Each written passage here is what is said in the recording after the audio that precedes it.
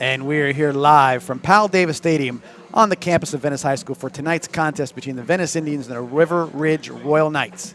Tonight's game is brought to you by VSN, on VSN by Vibrant Aspect Media.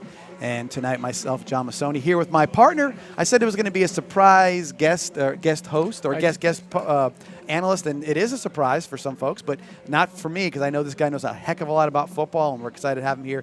This is Mr. Bill Madden. Bill, thanks for being here tonight. John, I appreciate coming back to Venice. Anytime I get a chance to sit in a booth with you and see the Venice Indians play is a treat. Venice High alumni and big Auburn Tiger fan. We just talked about how him and Francis, they bonded already. They're Miami Dolphin fans as well. So I know that you've done some media work before, and again, you know a lot about football. So it should be a fun night tonight here at Powell Davis. Looking forward to it, and looking forward to a big win. Yeah, hopefully so. Based on talk about big wins, last week, 2 weeks ago, I should say, we had a week off last week. Miami Northwestern game down in Powell Stadium, another very sort of historic place to play football. Great looking stadium too. I mean, they did a great job. The NFL actually refurbished that whole stadium a number of years ago when there was a Super Bowl down there. And real great stadium, real good team in Miami Northwestern, and Venice came out with a big 63-46 victory. Yeah, I remember I read about that the next day, and I saw that 63. I'm like, man, did they break out that game? Yeah. Wow. And so what you found is that the offense needed that game to kind of unhinge itself a little bit. You can talk to this a little bit, Bill. You know, the team has a lot of talent athletically this year. And so there's got to be a way or some sort of pathway to a rhythm to all that. You know what I'm saying? Like, you got to figure out how the ball is distributed, the hot hands and stuff like that. So you got to kind of get the rhythm from a coaching perspective and for the players as well. Absolutely. I mean, you see it at every level, college, pro. Teams start sluggish, they start out slow, and then they seem to gain momentum after week 3, week 4. So hopefully Venice is at that point right now. They're turned the corner, and they're just going downhill from here. And obviously the first 2 games, regular season games, didn't go out real well for Venice. The Armwood game was, I would say, I'm not going to call it an anomaly. I'm going to say that it was really out of character for Venice. And Armwood, kudos to them. Great game plan, really executed well, and wore Venice down. The Cocoa game, more up to speed. I wasn't so surprised at the loss in the Cocoa game because Cocoa's a very, very good team. They proved that the next week after they played Venice, they took St. Thomas Aquinas down to the wire, with the exception of a few refereeing, Yeah. Well, misgivings. Scheduling that tough in the beginning is a hard task for this team, but it should make them better for the rest of the year, and I think they're going to really show something tonight after those few tough games. Yeah, early. no doubt about that. Some key players from that game in Miami. Jamaris Wilder had a great game, 22 carries, 150 yards, and 4 touchdowns. Jaden Glasser, quarterback, 15 out of 27, 337 yards, 3 touchdowns, and an INT. Yeah, Jaden is. I think Jaden works. I think he's a multiple play guy. He's got to get into the rhythm of the game, and once he does, then he's hard to stop on both with his feet and with his arm. Griffin Gasati had a great game. 3 catches, 114 yards, and 1 touchdown. There's a guy, Bill, in Griffin Gasati and also in Jay Sparksdale, that they are kind of guys that the defense won't focus on, let's just say. Because you've got, and it could be possibly in the past passing patterns, Charles Lester. You've got Zacarl Lewis. You've got all these different guys that have like a little bit more attached to their name, and these guys are just getting deep. Ryan Matulovic as well. These guys they've had some big games, and Griffin had a really nice game getting deep over the top in the defense. Yeah, the options aren't limited. They have plenty of places to go to. So if something's not working or they're focusing on a player, plenty of other guys will step up and do a great job tonight. Absolutely, and that's one thing about that talent level. You have guys 4 or 5 deep in the receiver core. 2 running backs, so it's kind of hard to, how do you get the rhythm going? What's my role? And I think it's starting to work itself out. On the defensive side in that game, number 10, Eli Jones, defensive tackle, 12 total tackles, 2.5 sacks in that game. Great game for him.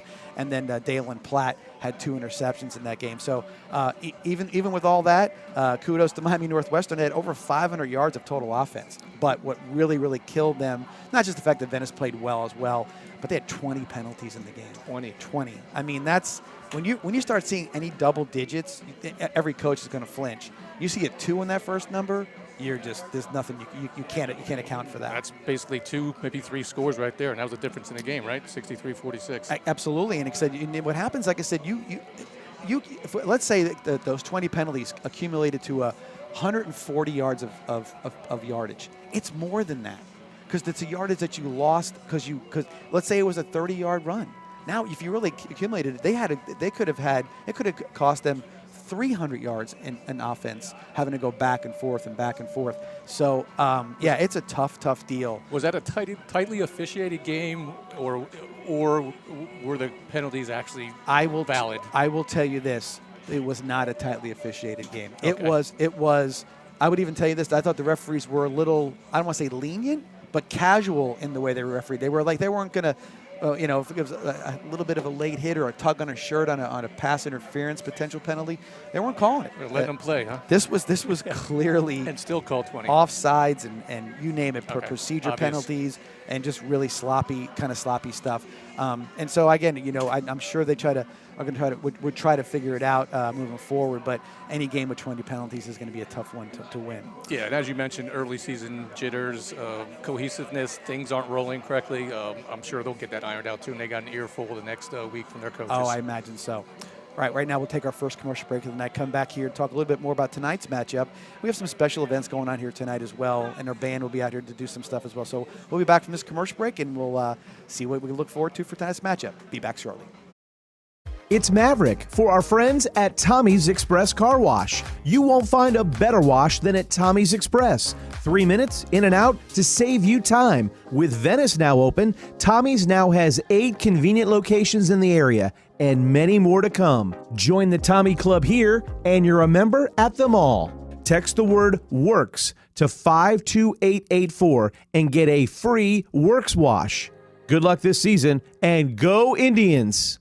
What does Douglas Jeep Chrysler Dodge Ram and Venice High football have in common? The perfect team and the perfect lineup. Douglas Jeep Chrysler Dodge Ram will always go the extra yard, so you can score big with the area's best selection and savings. So if you're looking for a championship vehicle lineup and a dealership that tackles the competition, visit Douglas Jeep Chrysler Dodge Ram in Venice. And if you're looking for a championship football lineup, check out the Venice High football team. Who supports Venice High football? Douglas does.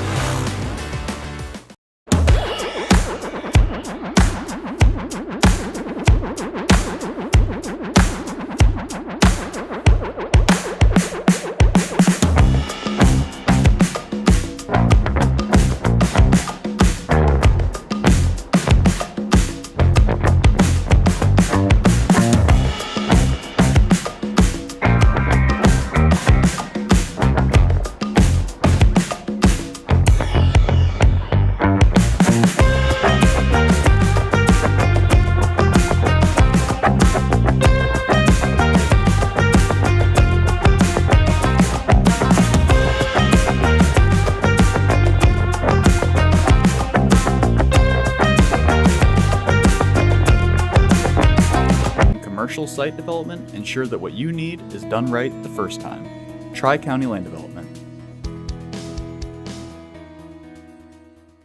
It's the Out of This World sales event at Douglas Jeep Chrysler Dodge Ram, and we just launched the most stellar deals of the year. It's Jeep season, so blast off in the new Jeep Compass Limited from only $339 per month, or leave the world behind in the new Jeep Grand Cherokee from $429 per month. It's Ram season, so shoot for the stars in the new Ram 1500 Quad Cab from only $369 per month. Don't miss the Out of This World sales event going on now at Douglas Jeep Chrysler Dodge Ram in Venice. Who has Out of This World savings? Douglas does!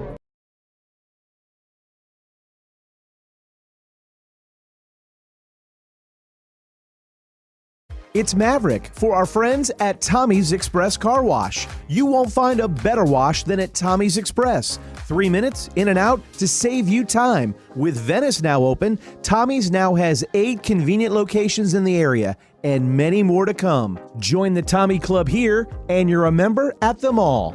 Text the word WORKS to 52884 and get a free Works wash. Good luck this season and go Indians!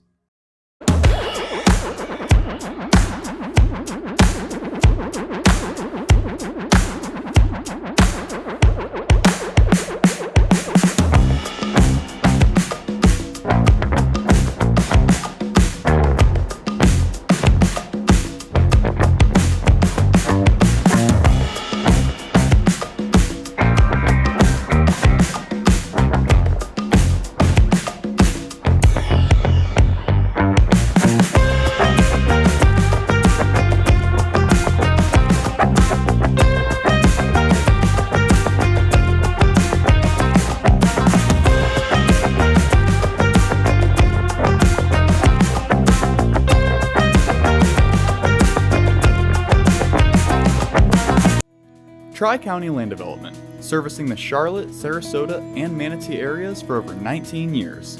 Quality workmanship in residential and commercial site development ensure that what you need is done right the first time. Tri-County Land Development.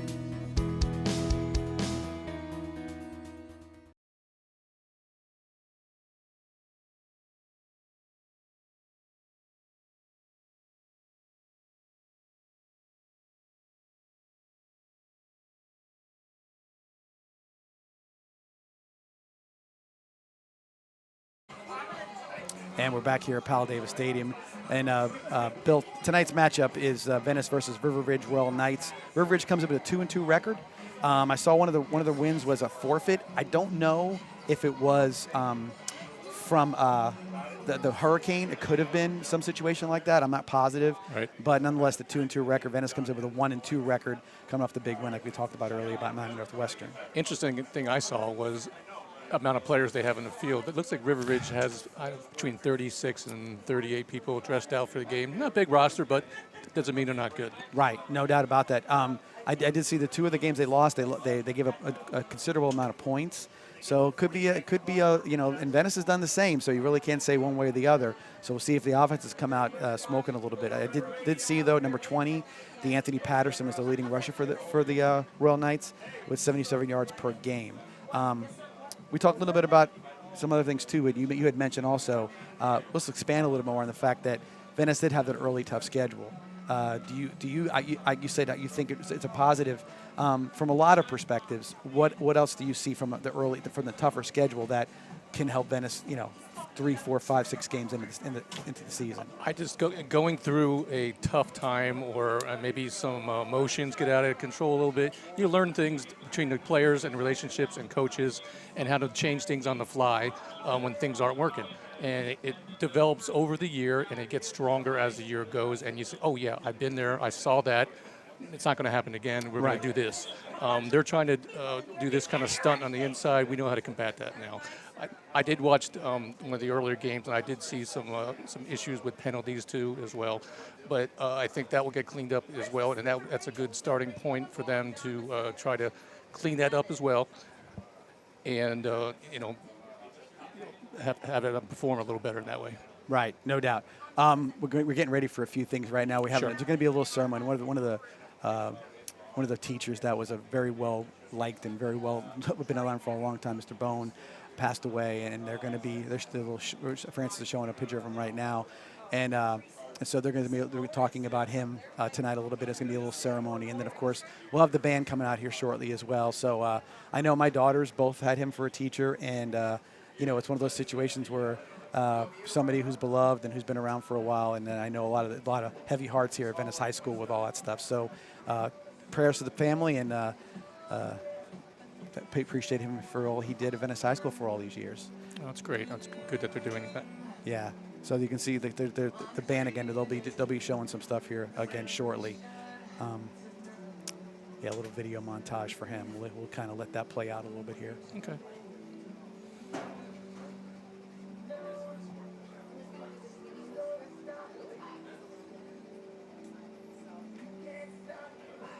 And we're back. So anyway, that was again Mr. Bone. All the kids out there, and I'm sure that over the last, I don't know how many 20, 30 years he was here. So kids all remember him. And again, like I said, my kids spoke fondly of him. So, rest in peace, Mr. Bone. All right, with that, what we'll do is we got a few things coming up. Got the band coming up. It's got the national anthem coming up.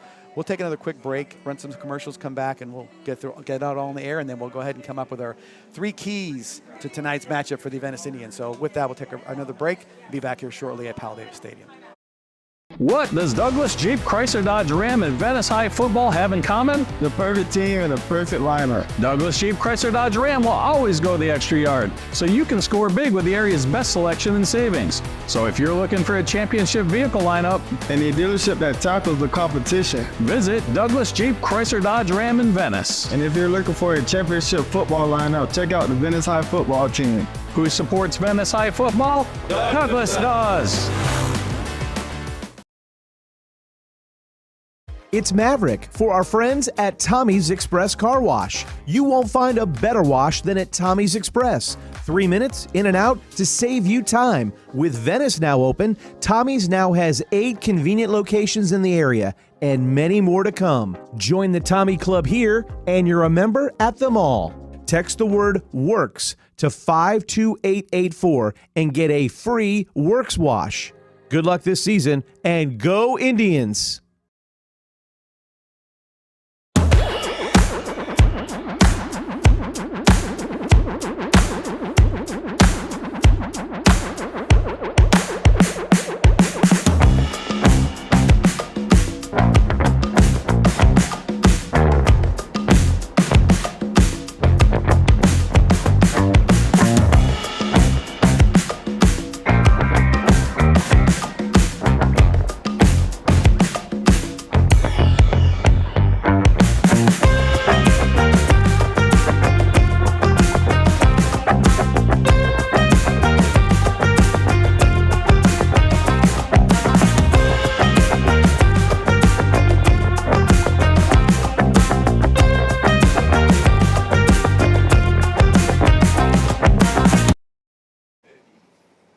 And we're back here at Powell Davis Stadium. You can see the band has made its way onto the field with the color guard, and now the PA announcer is giving a sort of a bit of a little tribute to Mr. Roger Bone. And so they're going to do that real quick, and then they're going to get into the alma mater and the national anthem. So what we're going to do is we're going to kind of go silent here for a little bit, let it play out, so you guys can see all the festivities, and then we'll be back with some volume and some more conversation about football after the band does their stint here. So we'll be right back with our volume in a second. A master's degree from USF and began to teach at Venice High School, where he taught for 21 years until he passed away earlier this week. Mr. Bone most recently taught world history and sponsored the Philosophy Club. He loved practical jokes, and his playing of the chicken dance at his students' birthdays is legendary. His love for life was evident in his many adventures. He loved to tell stories of his travels, sailing adventures, and so many other epic tales. His personality shone through in anything he did, and he had a huge heart. He truly kept us laughing. Roger Bone was a pillar of Venice High School in the Social Studies department. The absence of show tunes echoing through the first floor of Building 4 each morning will be a daily reminder of who we have lost. Please pause for a moment of silence as we remember and honor Roger Bone.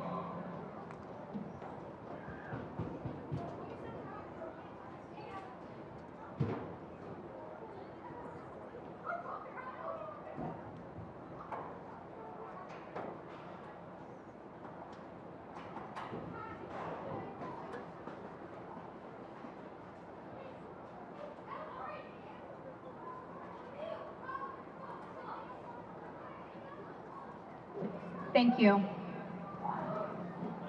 Please rise and remove your hats for the playing of our alma mater, and please remain standing for the playing of our national anthem.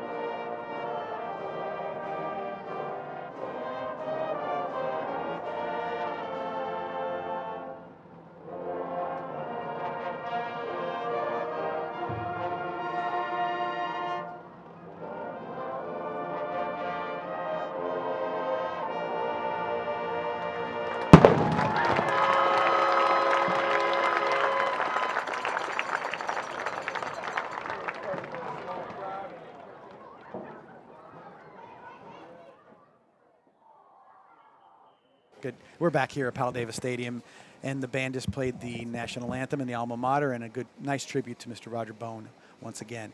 All right, so back here, Bill. So 3 key things for the game tonight. Kind of jotted a few things down. See what you think about it. Can the Venice offense stay hot after a bye week? Obviously, the Venice offense has been pretty good all year. Really good against Miami Northwestern. Tell me what a bye week might do to the momentum in some ways. Actually, I don't think it's a bad thing. Okay. I think after that big win, I need to settle a little bit, and then the coaches probably practice them even a little harder on that bye week just to make sure that they're ready. And it wasn't a fluke, and you guys need to work just as hard to score that many points and do well. So I'm looking forward to break right out of the gate in this game right here. So I know I'll tell you the bye week. I think a lot of chance you can clean up some details. Obviously going into the season, you install your offense, you're doing this, doing that, and now it's like a little tweak here, a little tweak there, add a little something. So the bye week can be a little bit of that as well. So I think the Indians are going to come out. Maybe you might see a few little fine tunes that maybe they didn't see before. Tweaks are good. Wholesale changes are not. That's a bad situation. Exactly. You're 100% right. Will the Indians stay disciplined tonight? Penalties, ball security, and no big plays on the defense. Obviously, the defense has given up some big yardage, but the penalties was a massive improvement from the Cocoa game to the Northwestern game, and again, ball security as well. We've had some games where there have been 5 fumbles in a game already, and so you just got to make sure you clean that stuff up, and I think that's a big key. How do you see that playing? Yeah, I'm curious to see what they're going to come out. Is it going to be more of a fast-paced throwing or a fast-paced running attack? I would tend to think after bye week maybe you're going to run the ball and get established early physically, and then hitting those big plays after that. I think the last thing I was going to bring up is that obviously the defense has not played as well as Coach Shannon would like him to play. At this point, they're averaging giving up 41.7 points per game. You're not winning much by doing that. Well, the first game against Armwood, they faced Emmett Smith, like running back, right? Right. Guy ran all over him, and he's a major talent. Right. I don't know if we're going to see that again from River Ridge today, but I think they'll be ready for it. Yeah, like I said, and the defense in particular, one of the things that has been a little surprising from just looking at film and watching the game live, and is secondary is loaded with talent, and they're getting beat deep. I think it's a little bit of maybe just like trying to figure out what you're supposed to do, who goes where. I mean, when you haven't played with each other for a long while, or you're kind of new to certain things, it can happen, but those breakdowns can't happen anymore. It could also be maybe they're trying to help on run support a little too much and kind of losing their position that way. And one other thing I'll bring up, a little key factor, John, it's a little cooler out tonight. Yeah. It's not 95 degrees. I was actually pleasant walking around the field before the game. The first time, I think, in, 3 months. Yeah. So that may help with a little bit as far as fatigue. Yeah, no doubt about it. So, really nice night. I'm driving in, and every game I've been to leading up to the game, the heat index is in the hundreds. And tonight, the temperature was going down as I drove to the stadium at 6 o'clock. So, really nice situation. And, of course, with the sun going down earlier, now we're at the point where it's dusk right now, and we're having to start the game. So a nice night to have that sun in your eyes and having that heat beat down on you. No, beautiful night, sun setting, the orange glow. Let's play some football, man. Yeah, no doubt. With that, we'll take a quick break, come back for the coin toss and the start of our game tonight between the Venice Indians and the River Ridge Royal Knights. Be back here at Powell Davis Stadium in a few minutes. It's the Out of This World sales event at Douglas Jeep Chrysler Dodge Ram, and we just launched the most stellar deals of the year. It's Jeep season, so blast off in the new Jeep Compass Limited from only $339 per month, or leave the world behind in the new Jeep Grand Cherokee from $429 per month. It's Ram season, so shoot for the stars in the new Ram 1500 Quad Cab from only $369 per month. Don't miss the Out of This World sales event going on now at Douglas Jeep Chrysler Dodge Ram in Venice. Who has Out of This World savings? Douglas does! It's Maverick for our friends at Tommy's Express Car Wash. You won't find a better wash than at Tommy's Express. 3 minutes in and out to save you time. With Venice now open, Tommy's now has 8 convenient locations in the area and many more to come. Join the Tommy Club here and you're a member at them all. Text the word WORKS to 52884 and get a free Works wash. Good luck this season and go Indians! And we're getting ready now for the coin toss. Indians captains come into the middle of the field, starting with number 64, Elijah Cecil, number 66, Lance Lazarchik, Number 71, Kane McFall, and number 79, Nick Garza. Bill, do you have the captains for the other team? I do not. I got number 1, Justin Hennessy. Okay. I've got number 75. Yep. Sawyer Schrader, and we got one more, number 22. And that is Tyler Jensen for the Royal Knights. Well, Venice brought the big boys out for the coin toss. That might scare him a little bit here. There's a little. I will say this: there's a little bit of a theme to the way he picks his captains. You'll see sometimes where it's special teams guys. Sometimes you'll see it's the guys you would expect it to be, the quarterback and the running back. Tonight it's the O-line. So I like the fact that he's giving the O-line a little opportunity to be accountable and get involved early. I mean, this is kind of stuff that linemen don't get to do very often. Absolutely. They should make it mandatory for every game for the linemen, I think. Yeah, I mean, if you think they come out there and they're just talking to their old line coach and they're going to block, and now they got to go out there and figure out which heads or tails and all the other good stuff. So kind of a fun thing for them to be out there for that. And you mentioned before, we were talking, John, that Venice likes to defer if they win the toss and take the ball to the second half. It looks like the Royal Knights won the toss, and they will defer and the kick to the Indians. That's true. Okay. And I think in some ways, I will say this. With Venice's tempo and what they do, I've always I know Coach leans a certain way. I've always liked it when getting the ball first, because it's like you can come out there and it could be one of those jaw-dropping moments for the other team. Like, hey man, they scored in 1 minute and 30 seconds, made it look easy. Now we got to come out and do the same thing, and you kind of put them in panic mode. It could be debilitating. I mean, you're thinking, what's next? Okay, this is gonna be a long night. So that's what we're hoping for. Actually, Venice. Decent return, maybe. March right down the field, get up early. Yeah, no, I think that'd be great. And like I said, I think the defense will feed off that as well, because there's been a few games already where the defenses hadn't held up in the first drive, and, they milked some clock and that kind of thing. So I think this is, we'll see how this plays out. I'll tell you what, if it does play out the way we hope it does, that'll be one of the first questions I ask him on his coach's show on Tuesday night when we tape it. I'll be like, hey, when are you going to switch back over to instead of deferring, let's take that ball every time? Could be. Looks like they're ready to break through the flag here. The smoke is going, the flares are going, and here we go here shortly. The Indians are ready to come out on the field and see if they can get this crowd fired up. Decent crowd on the Venice side tonight too. I see a lot of full stands. Yeah, no doubt. And we're going to do a little light show tonight too, if you guys haven't seen it. And here come the Indians. And we have lights that we can do sort of a light show with, and we've never really broken it out. So we're trying to see how it looks. And so far, so good. They seem like they're doing their thing. And break out your roller skates. Yeah, no doubt. And look, they came right back on. What do you know? So it did work. It's always the fear. I'll say this, anybody at a high school football game, that something's not working. Like tonight, looks like we have no 40-second clock tonight because it was not going to 40. Panic set in, and we just decided to keep it on the field, looks like. But that light thing was, if that didn't work, we would have been in the situation where we'd have to. I don't know what we would do if that didn't work, but it worked fine, and we're good to go. Binoculars might be a requirement now, I guess. But actually, like you mentioned before, you can see the other team's numbers really well. Clear. Yes, the white on them. And number 17, Robert Engelek is kicking off for the Royal Knights, and back deep for the Indians. Number 23, Griffin Gassati, and number 2, this is Carl Lewis. Just so you know, number 1, Charles Lester, the 5-star cornerback, headed to Florida State, is not playing tonight. He has a foot injury. Yeah, saw him in sweats earlier. So he won't see him. So in case you're wondering, I'll let you know now. And I asked Coach for the game. Anybody else? And he said, no, everybody else is in good health. It's too bad. I was looking forward to watching him play again. He is a special talent. I know. He is a very big talent. So we'll see what happens tonight. Kickoff goes over to Gassati. Takes it from the 7-yard line, heading upfield. Found a little bit of a crease, and nope, still on his feet. Trying to make a bigger play out of it, but give him up to about the 6, 7. See where they marked it at.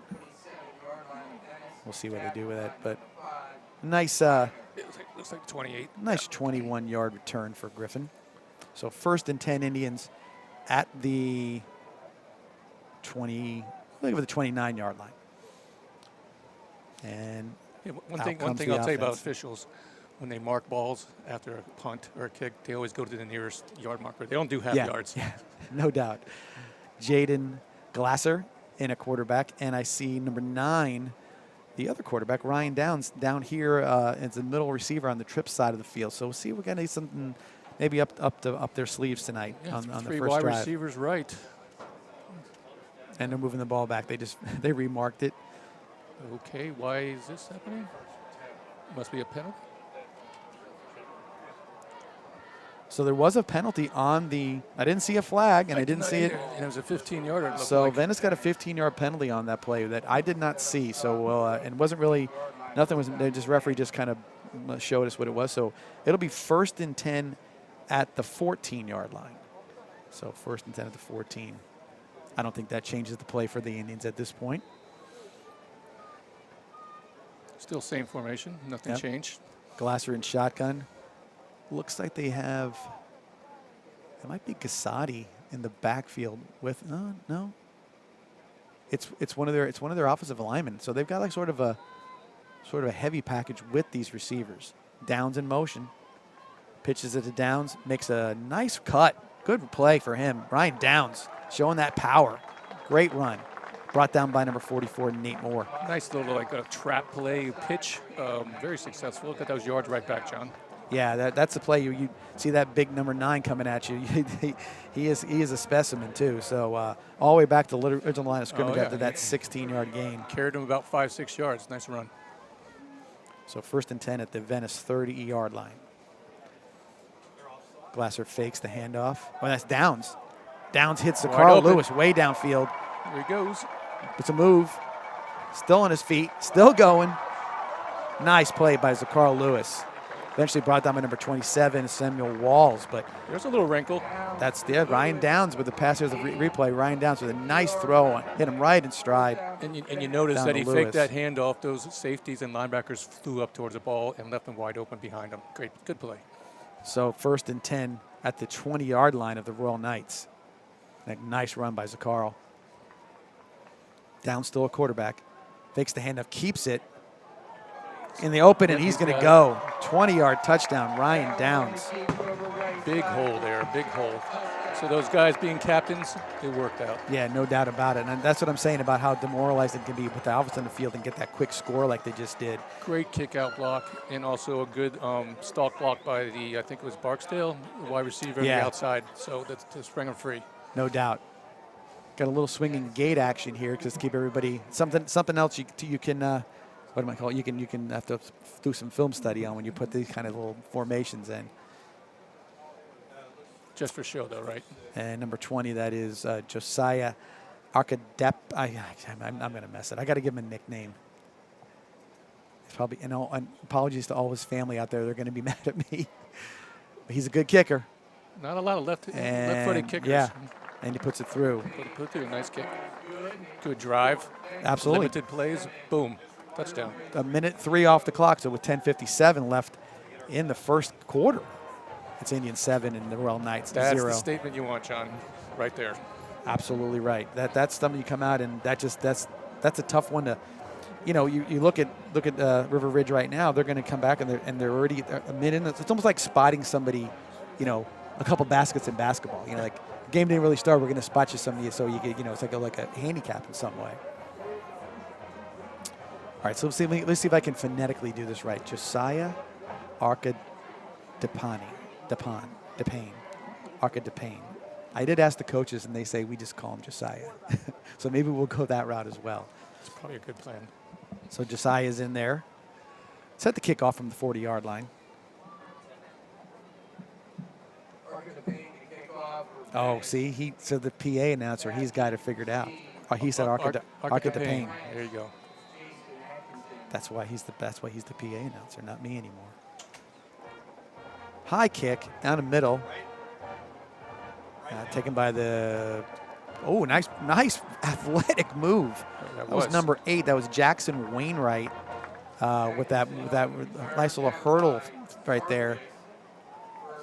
And found a little gap and got the ball up to the Venice 35-yard line. Keep an eye on that guy. Has some athletic ability right there. Oh, no doubt about it. Hop, skip, jump, poof. Extra 15 yards. So 1st and 10 at their own 35-yard line.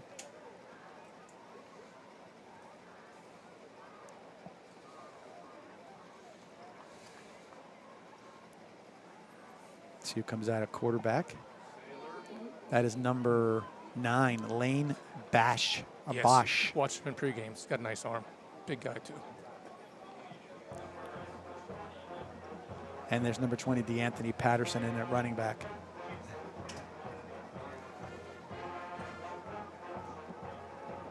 Under center.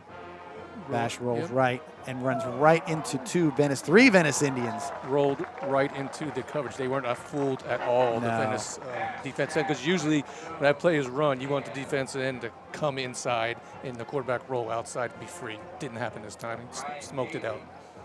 So you had Ashari Charles make the first hit. You had Eli Jones make the second hit, but then you had Ryan Daly get the sack. So good job by Ryan Daly.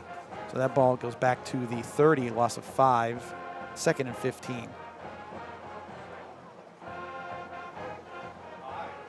Taking their time, I formation. And off to Patterson. Gets to the line of scrimmage, gets hit hard by number 10, Eli Jones. Couple yards, not much. Another good solid defense. The linebacker stepped up, made that tackle. Seed and Lee also helping out on the tackle on that one, and too. Ashari. And Ashari Charles as well. Ashari Charles, yes. Seed.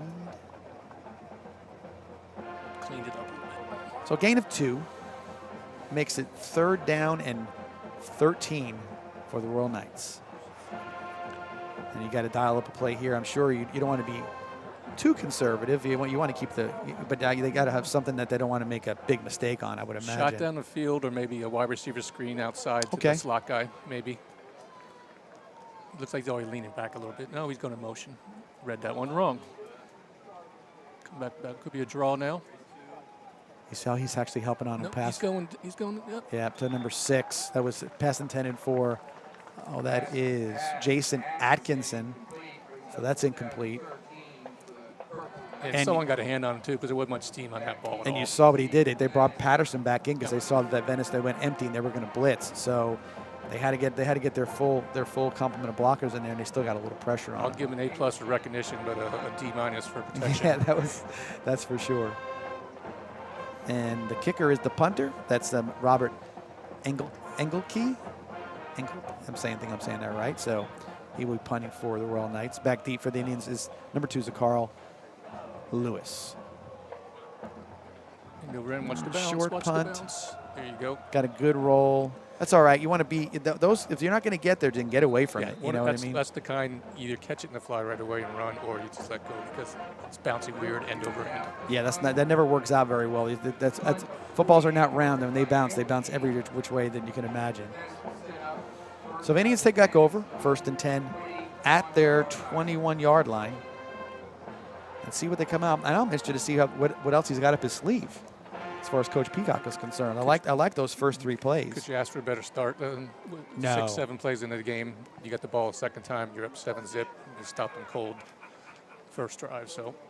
So we got Glasser back in at quarterback, and he's got Lewis in as a running back, who's usually a wide receiver. He's in the backfield with Jaden. See what they come up here with this play. It's Jaden holding on to quarterback keeper, and not much room right there. Good play by number 44. That is Nate Moore on the tackle. Yeah, good containment by the defense there. I know he wanted to jump outside a little bit. Number 21 for River Ridge is DeAnthony Patterson. Set the edge really nice there. So 2nd down and 8 for the Indians on their own 23-yard line. Got a referee. I'm sorry, that was. We got a referee getting Thomas. One of the players off because he had an equipment issue. Hand off to Jamaris Wilder. Wilder with the carry up to right about the 1st down marker. Brought down by Samuel Walls. They're going to give the Indians their 1st down at the 32-yard line after that 9-yard gain. Nice little pin and fight there by the guards and middle linemen there. Did create a nice hole. So once again, offensive line, nice job. I did notice a couple plays. Number 26, Ben Zarkowitz, has been in the game doing some blocking. Here's a nice little reverse to Carl Lewis. He's got room on the far side of the field with blockers too. Tucks it back into the middle. Great, looked like he was just flopping around and running through everybody, but a great play by him. And notice that double pull by the lineman here, 71-64. He's coming out of their stance. Going as fast as a running back. That guy's look good. And Glasser out there leading his guy down the field as well, so great job by him as well. Yep. 1st and 10 at the River Ridge 37-yard line. Handoff again. Oh, got a flag on the play. See what they call on that one. Did you catch what that one was? I didn't. That was Face wild. mask? It could have been a face mask because it's kind of downfield, unless they called a holding penalty downfield. But here's Wilder.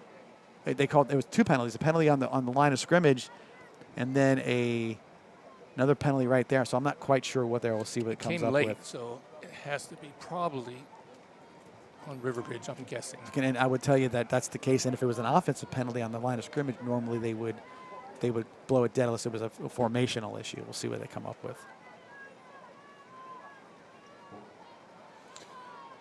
Yeah, the Indians are rolling right now. They're pretty much doing anything they want right now, John, Yeah. so far. So And we got targeting added onto the play. it's a tough call because he was down in a pile, and Yeah. we couldn't see it from our angle here, but So he might have there was came into the head, it looks like. So there was a 9-yard gain, and then half first distance. down for the penalty plus 15. First down and 10, Venice at the 15. And that's on the River Ridge 15-yard handoff to Wilder. Keeps his feet. Great run. Jamars Wilder with a touchdown run for the Venice Indians. And I hate to say this, but the River Ridge players, I saw some guys not even attempt to make the tackle there, John. Yeah. If you watch this replay here, near the end of the run, guys gave up because they thought he was down. And Yeah, right there. You see there, And yeah, they're watching like everybody else. We got a penalty. It looks like against the Indians. Holding against Venice, so wipes off the touchdown. Holding against the Indians, negates the touchdown. So we'll see if it's a spot foul. It was. So down to, up to the 20. Wilder gets 5, and then there's a 10-yard penalty. Spot foul.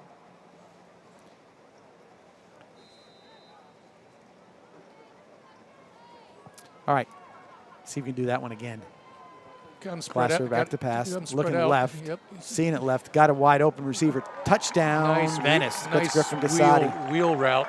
Right around, runs to the sidelines, cuts it up, wide open. Nice play, nice pass, good execution. So, yeah, I think we have a replay on that one. You can see where, there's a kind of a double move right there. That Lewis came in and took 2 guys with him, and he just wheeled right around him and right into the end zone. You cut underneath the player and then head up field, and defenders got confused. Touchdown.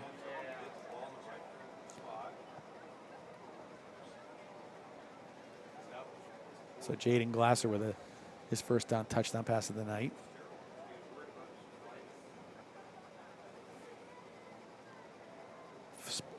Oh, good. There's a nice kick right there. Nice and high, deep.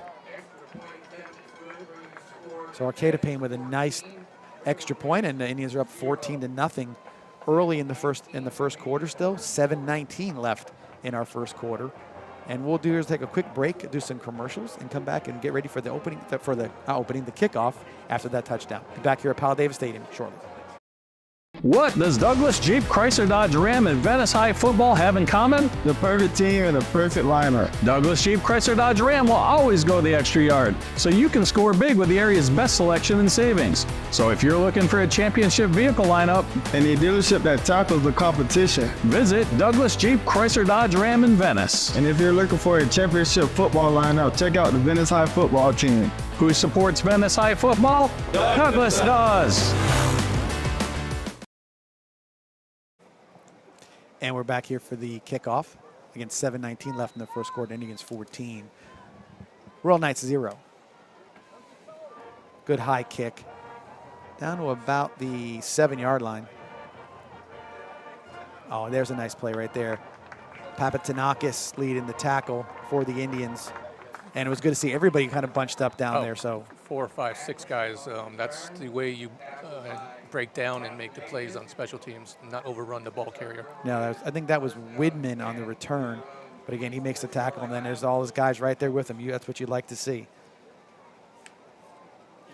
So 1st and 10, Royal Knights, down 14 at their own 23-yard line. And they better show some life here. This thing could get out of hand if it's not already, John. But yes, They need River Ridge is desperate for a couple of first downs to get their defense off the field. You got the good running back there, so maybe you got to try to do a little something with him, run some clock and get some chunk yardage out of him. Looks like that's what we're set up to do here in the I. High formation, hand off to Patterson. Nice Good run. Yeah. Stopped in there by, looks like it was Eli Seed, along with Papatanakis. Yeah, good clear out by their number 74, Miles Collier. Cleared out the defensive line a little bit and gave him a nice hole to run through. So 4-yard gain. It's a positive. Absolutely. 2nd and 6. This time they're in the pistol. Made famous by one Colin Kaepernick back in when he played for Nevada. Las Vegas, right? Nevada, UNLV? No, he played at Nevada. He did? Yeah. That's right. So that it kind of invented the pistol. Patterson the handoff. Shari ran right by him. Well, he's getting another shot at him now. Good pursuit on the defense.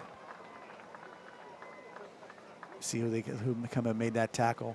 Patterson bounced it, and you got Fleming along with Eli Jones, Yep. Chad Fleming. So gain of nothing means a 3rd down and 6 for the Royal Knights.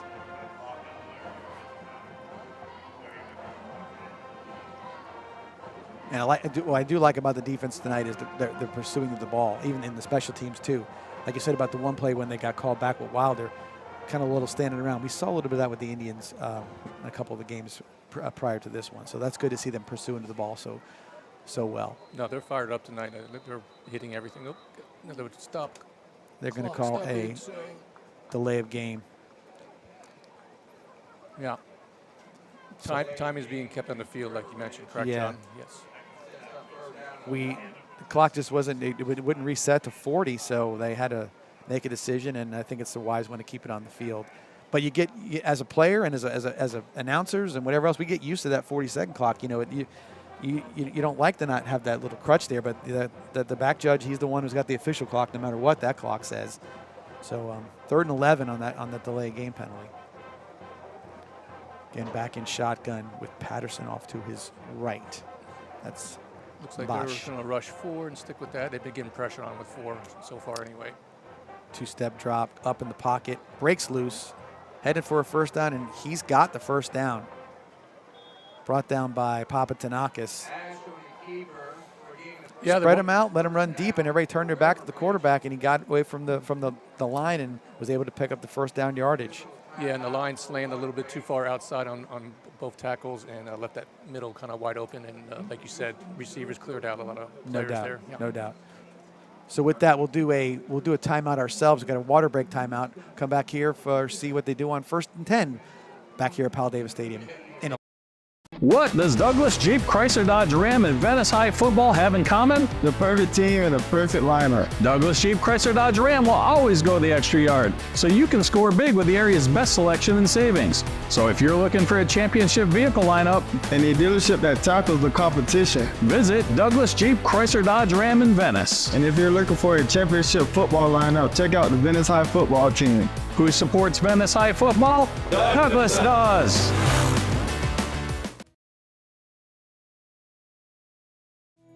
Tri-County Land Development, servicing the Charlotte, Sarasota, and Manatee areas for over 19 years.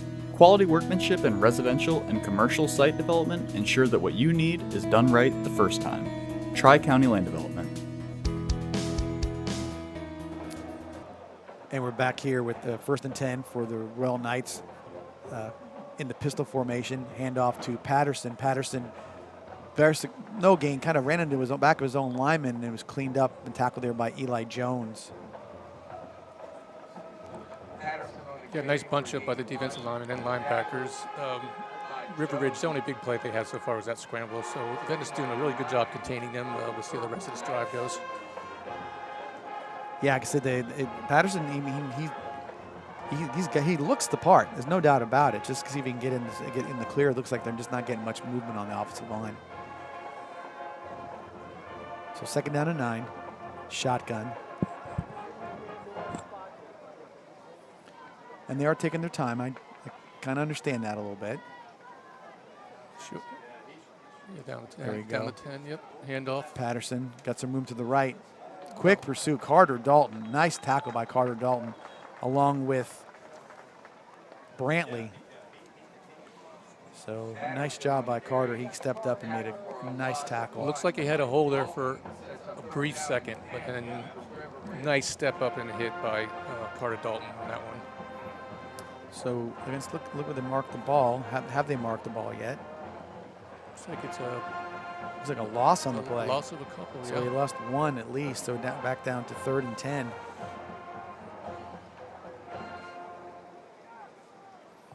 And they're taking their time in the huddle. Yeah, it's interesting that you say that because I think they know what Venice is about and how fast they want to go. So they're going to run that clock down to under 10 seconds before and it's snapping. not. I think they're trying to, make yardage. They're not trying to just run clock, but I think they can keep this pace up and then get some first downs. It definitely puts them back in the game. Shotgun. Bosch back to throw, complete to number 7, running out of bounds by Carter Dalton. This number 7 is Matt Barton.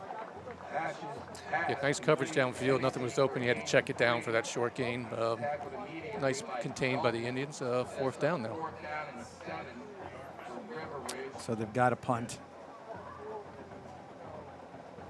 They got Dalen Platt back this time. And just about 4 or 5 guys, maybe even 6 guys that could return punts for Venice that are all capable of taking it to the house. Ball's bouncing. And back to where we started last time, back to the 21-yard line. It was interesting. He set up about 30, 35 yards from the punter, and he could have fielded cleanly, but he backed up right before the play, which is smart. It's like I would say that when you have an aggressive center fielder who will play a little more shallow and kind of get more balls, right. Or a guy who's going to keep it in front of him. I think we're being a little cautious. I guess we don't want to lose momentum here and make a sloppy play. I bet you next time, though, he's going to be a little more ready because now they know what kind of punter he is. Yeah. He gives them a big leg, so maybe you can cheat a little bit and move up and catch that in the fly and get a big return. So we got Glasser in shotgun. Takes the snap, looking to his left. Quick throw out to Jace Barksdale, carrying guys downfield inside Royal Knights territory all the way down to the 48-yard line. Stopped by number 10, Jack French. Nice play. He was the deepest one in the field. It was almost like an individual route there, and he found an opening in the zone, and quarterback hit him nicely, and then good yardage after. 31-yard gain. Quick snap, handoff to Johnson, still fighting. Gang tackle at about the 45-yard line. Johnson up the middle for a gain of 2, tackled by a host. The Purple Knights sets up 2nd and 8 for the Indians. So we'll give him 3 on that one. 2nd down and 7 at the Royal Knights 45-yard line. Johnson didn't play last week. He had some illness he was dealing with, or 2 weeks ago. So obviously the bye week was good for him. He looks like he's in good health. Glasser takes the snap, quick throw, hits Corbett.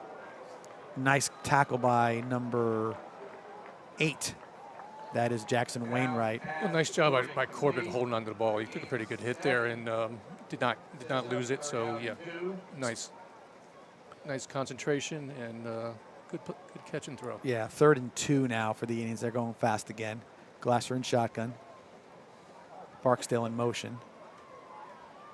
Fake handoff, quick screen. Matulovic upfield and gets enough for the first down, but a nice tackle by number 11, Shope.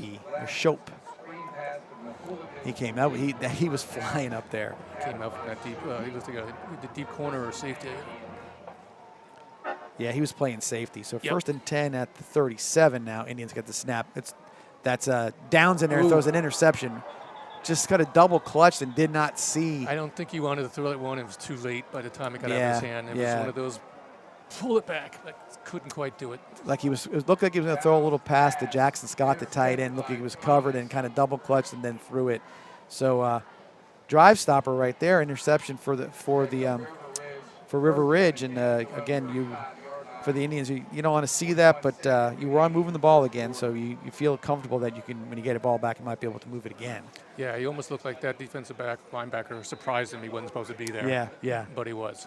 And once again, we'll see it real quick again, and there's number 21. Yeah. For them, that is Makai Thomas. So 1st and 10 at their own 35-yard line. Hand off to Patterson. Moves to his right. Doesn't get much. Looks like the entire interior line of the Venice defensive line was right there. Led there by, looks like, Eli Seed.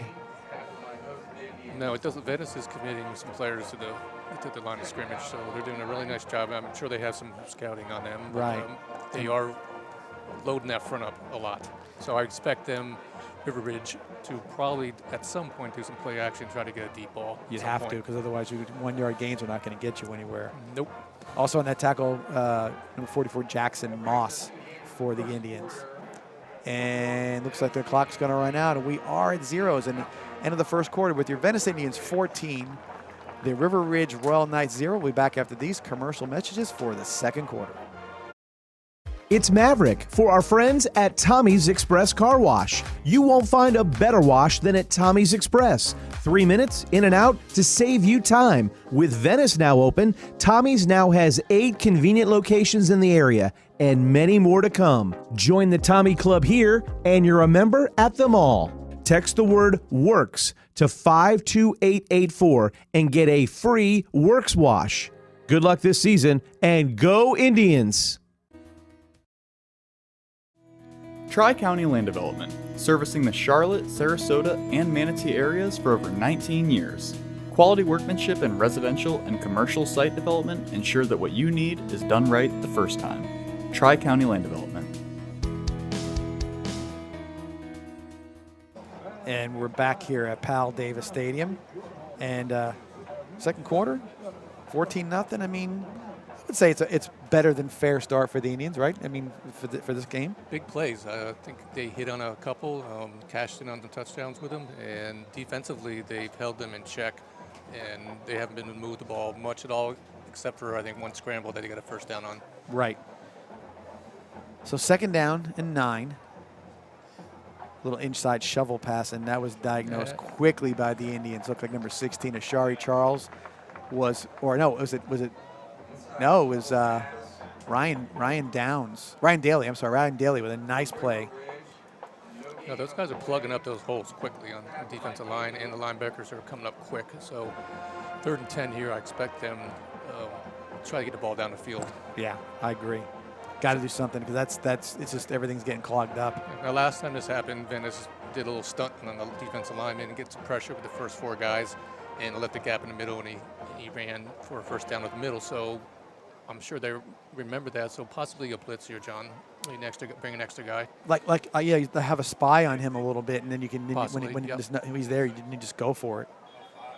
They're empty again, so they're definitely trying to clear out the field. Timeout River Ridge. And we'll take another quick timeout if we can right here.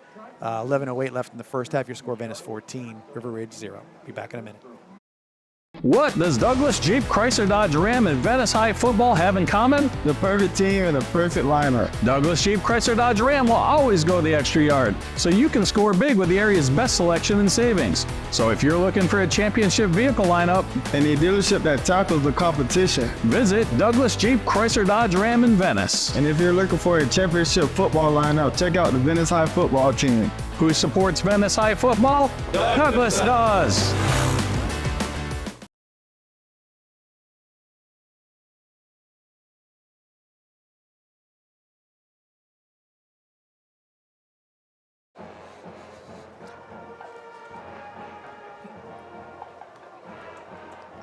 And we're back here at Powell Davis Stadium with the River Ridge Royal Knights.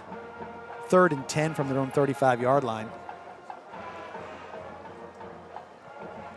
They are going. They're spreading everybody out. They're going empty now. Patterson's back in to kind of, I guess, help out with some blocking. Flash back to throw. He got hit when he threw it, and then tipped away by number 28, Carter Dalton. That was number 10, Eli Jones, and he put a wallop on number 9, Lane Bosch. And I'm thinking the Venice coaches are like, you know what? We don't need to blitz. Our 4 guys here are getting pressures on their own. So yeah, wipe another guy. So QB pressure on for Jones, and then a pass deflection for Carter Dalton. Bring it up a 4th and 10.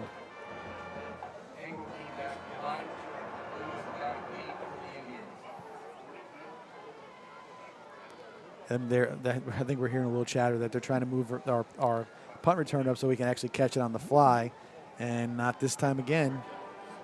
Ooh, those are those plays you got to watch out for. Brantley's down there blocking his man, and that ball was right under his leg. Based on this, I would even put an up guy about 25, 30 yards away. And if he wants to stay back there, then leave him a little further back. Put an up guy at 20, 25 yards. Let him catch it and run 6, 7 yards. Right, because that like, so you have a guy that can catch the shanky one, and the other guy who's back deep for the other one. That makes sense. Based on the leg this guy has, which is not big. Right, right. But he's getting some nice bounces, so his stats probably look so bad tomorrow. Yeah, the first one he had like a 50-yarder, so I mean he's looking good. All right, 1st and 10, Venice at their own 39-yard line. Glasser back in at quarterback. And I think that's Wilder in at running back. It is. Glasser ready to throw, turns. Little tunnel screen to Zacarl Lewis, and he makes one move, and he is gone. Wow, I mean, it looked like a broken play, but he sold that one, Glasser did. Yeah. He sold that one. He even fooled you, John. He fooled me is right. And there's our light show that seems to be working very well for us. But right here, see it again. Glasser looks. It was a play designed to fool people. It looks like we're going this way, we're falling down. Right there, once 11 missed, it was over with. That is the definition of a tunnel screen. How it's supposed to look. There's a tunnel, and you run through it. Well, that's how you draw it up in practice, how you draw it on the chalkboard, and it was executed perfectly. So. Kudos to the off week. There's that wrinkle, John. Yeah, there's the guy. There's been a few wrinkles so far. So I think that this gives a lot of teams a little time to prepare on a few more things. Extra point is good. Parker DePayne's extra point is good. So with 10:40 left in the half, your score now: Venice Indians 21, River Ridge 0. We'll stay here before going to the break and kind of diagnose that play again. So like you said, you saw how he sold it, him and Wilder in particular. It wasn't the greatest sell in the world, but he sold the screen to the left side and went back to the right. And then once you saw how because to me, you tell me if I'm right or wrong, it spreads the defense out over across the entire field. So that tunnel, we're talking that tunnel screen, it's wide open. Now it's not all bunched up because you fake to the left first. The longer you sell it, the better actors you have, the bigger the hole gets on the other side of the field. Right. And so the Wilder sold that one in the left side of the field very nicely. Had his hands up. Quarterback sold it well. Rolled out. His receiver to the right, wide open. Very good execution by the Indians. Yeah, like I said, you can see that that's a play that sometimes you see those plays when they're diagnosed. It's all traffic in there and there's hands all over the place. And in this case, it was wide open for them in the 61-yard touchdown pass. Once again, I'll credit the linemen, too. They did a good job selling and pushing guys out of the way as well. Ball is out to about the 28-yard line, but a good return. Brought down by Corbett. That was number 5, Tate Feiner. All right, now you're River Ridge. You're down 21-0. It's early in the second quarter. You're the head coach over there. What are you doing right now as far as offense to try to get the ball moving? I can't just sit here and just try to run clock. That doesn't make any sense to me. I think he's got to come out and be aggressive. I mean, he's got to say, look, we're gonna go for it here. See what we can come up with. Yeah, that strategy could have went out the window based on how everything turned out in the first quarter plus so far. Go to pistol, hand off to Patterson.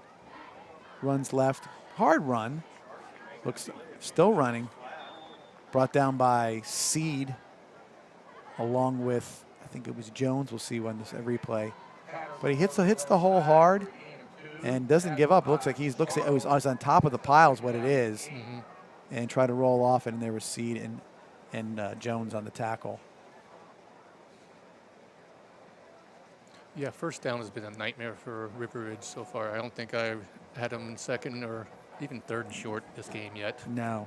So 2nd and 8 from their own 38-yard line. Again, shotgun with Patterson to Batch's right side. Yeah, it looks like. Again, they're taking their time. The arm goes up, and Looks like the tackle's leaning backwards a little bit. No, he fired off. It was a nice run, little cutback. Great tackle by Jones. Jones is an active defensive tackle. There's no doubt about it. Oh, he got off that block quick. Made the tackle. Good hands right there. So we'll give him 3 yards, and we got an injured player for the Royal Knights.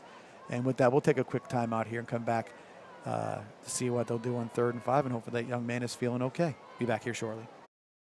It's Maverick for our friends at Tommy's Express Car Wash. You won't find a better wash than at Tommy's Express. 3 minutes in and out to save you time. With Venice now open, Tommy's now has 8 convenient locations in the area and many more to come. Join the Tommy Club here and you're a member at them all.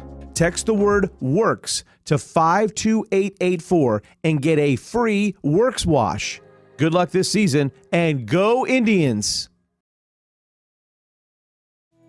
Tri-County Land Development, servicing the Charlotte, Sarasota, and Manatee areas for over 19 years.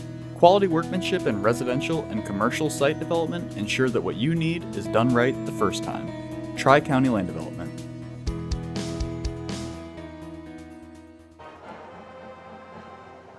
And we're back here for 3rd and 5. It was Patterson who was injured in the play, but he walked off the field in his own power, so hopefully he's okay. Shotgun, quick throw. Ooh, right in the hands of number 2, Gabriel Pagnesi, and he dropped it, so it's going to make it 4th and 5, covered there by Seed. Yeah, he catches that ball. He may have the first down, Sean, but it would have been close. But no way he should have dropped it. It was right in his hands. So 4th and 5, and they're sending the punter back in. That is Engelk. I can't even say it right. Keep on trying, though. And he fakes punt, running, and to no avail. That's Carter Dalton coming up quickly. I think it was less of a fake and more of a he mishandled the ball and didn't think he could get it off. Yeah, he did mishandle the ball, and he ran right away though. I mean, give him credit, but that was not a great idea at that point. Ball's at the 33-yard line after the 8-yard loss. Now, if we can put this in here, that's going to make things very, very difficult for River Ridge to get back into this game if they can score right now. And they've got Ryan Downs back in at quarterback. 1st and 10 from the 33-yard line.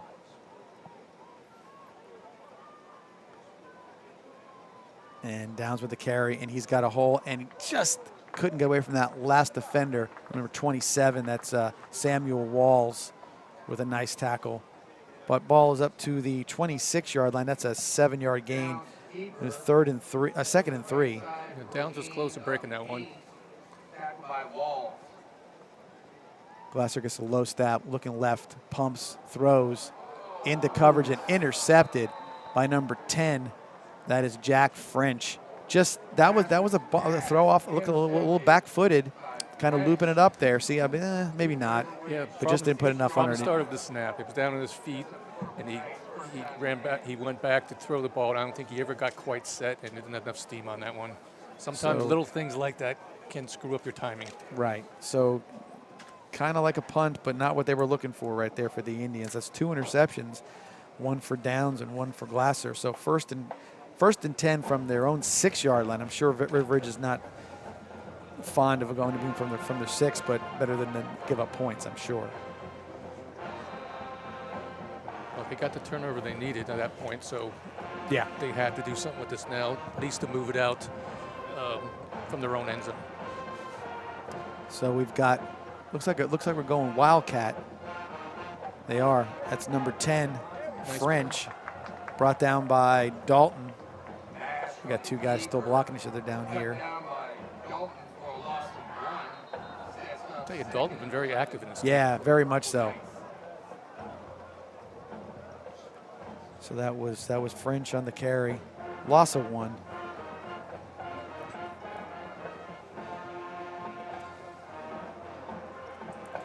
Second and 11 from the 5. What are they going to dial up here? They went Wildcat the first play.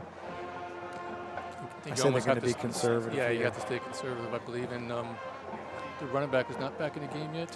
No, I haven't seen him come in yet, so he's probably getting checked out. Well, is that him? It is him. Yes, He's it back. is It's him. Patterson. Okay. He's all right. Hand off to Patterson. Nice move. Yep. Good run. Brought down by Zarkowitz. That time they had nice blocking up front. Yeah, that one worked, and he cut it back nicely and got a nice 6-yard gain out of that one. Okay. Venice does not need to give him a reason to claw back in this game. So Yeah, this is where you want to stop him right here. big play here.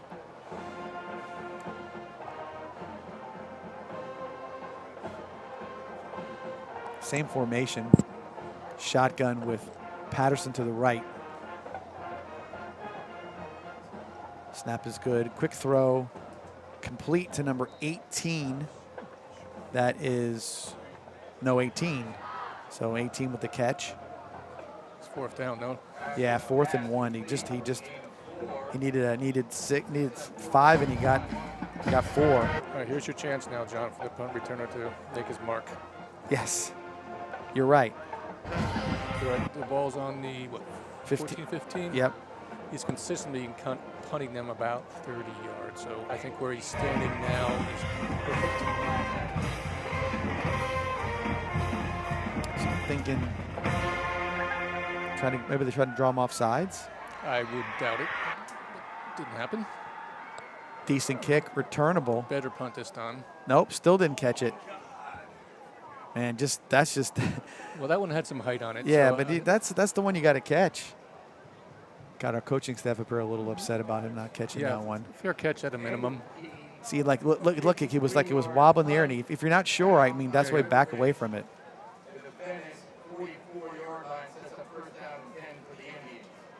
So Venice now 1st and 10 at their 44. 6 minutes left in the half. We got a timeout for a water break. I believe so. So we'll take a quick timeout here since everybody else is getting a break, and we'll get some water ourselves and come back here at Powell Davis Stadium for the rest of our second quarter. What does Douglas Jeep Chrysler Dodge Ram and Venice High football have in common? The perfect team and the perfect lineup. Douglas Jeep Chrysler Dodge Ram will always go the extra yard, so you can score big with the area's best selection and savings. So if you're looking for a championship vehicle lineup And a dealership that tackles the competition. visit Douglas Jeep Chrysler Dodge Ram in Venice. And if you're looking for a championship football lineup, check out the Venice High football team. Who supports Venice High football? Douglas does. Tri-County Land Development, servicing the Charlotte, Sarasota, and Manatee areas for over 19 years. Quality workmanship in residential and commercial site development ensure that what you need is done right the first time. Tri-County Land Development. The Glasser can take it. And we're back. 1st and 10 Indians at their own 44-yard line. See what they can do here. Glasser takes a snap, handoff to Wilder, breaks to his right, back to his left, and gets a nice, looks like he's still on his feet. Didn't call him down. No, they did not. Once again, he was laying on somebody as well. So his knee was not down. And referees, I give them credit. They saw it wasn't down. They didn't blow it dead and let him keep going. So that's an 8-yard gain, 2nd and 2 for the Indians. Well, nice recognition by Wilder. He wasn't down, and the whistle didn't blow. Kept on going. Handoff was snuffed out on that one. My goodness. Number 22. And that would be number 50. Ethan Kent. 3rd and 7 for the Indians. Offsides. Oh, they got him offsides. So they got 5. That's 5 of those 6 yards back. So it goes back, then it goes back to the same spot it was before. So we're right back where we started. So 3rd and 2. Let me ask you this, John. If they don't get it, and then here they go for it. Oh, yeah, absolutely. Okay. Peacock will definitely go for it. Wilder on the carry. No need to worry about that. First down. Cut up field. He gets up to the 40-yard line. That's an 8-yard gain and a first down Indians. It almost feels like you're waiting for a big play to break out here. Like Yeah. it's coming. And like you can almost see it on the screen, and you can feel it up here even. So the River Ridge 40-yard line, first and 10.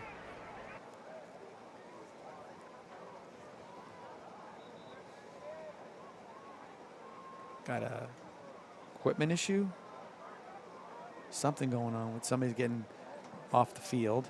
Wilder coming off. Yeah. And going in is That's Joanne Jones. Jones. Freshman. Very talented young man. Glasser back to throw. Looking left. Throws. Hits Matulovic. Open. Breaks the tackle. Little speed. See if he can get there. Yep, he's turned it on. Touchdown Indians. Ryan Matulovic on a 40-yard touchdown pass from Glasser. And that's that big play we just talked about. You felt it coming. I think the sidelines felt it coming. River Ridge saw it. Felt it coming. I will tell you this. That play, tell me if I'm wrong, that the pass that he threw for the interception might have set up that route. I mean, he got beyond them, and they were running deep, and he was wide open, and then made the man miss. And brilliant cut by the receiver once he caught that ball to take a step upfield.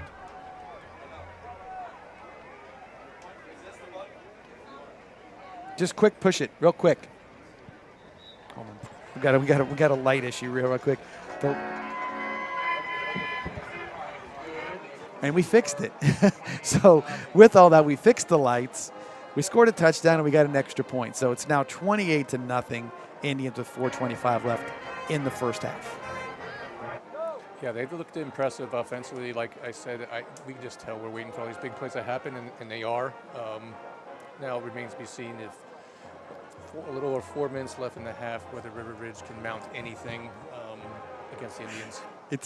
I'm sorry, it's just funny because everybody was concerned about that thing getting stuck when they had these flashing lights. Mm-hmm. And this is not anything to laugh at, but how it might affect people if the lights flash for too long. We're like, there's concerns about those kind of things. So I'm glad there was a way to correct it without having to go to any major lengths. It's just pushing another button and overriding the first button. So anyway, a little fun here at Powell Davis Stadium with the lighting. So I noticed you have to be an electronics major to be up here as well. Oh, listen, you better be a jack of all trade. And got Francis, our producer here, shaking his head.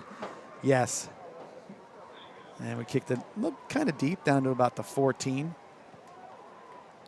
And good return up to about the 27-yard line. Brought down by Zarkowitz. Number 11. And Lee. Yep. Chris Lee.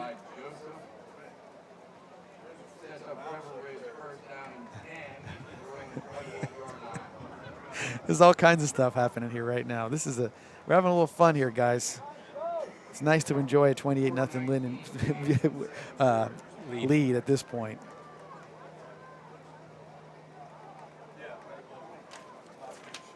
So 1st and 10. Welcome to Jerry's world.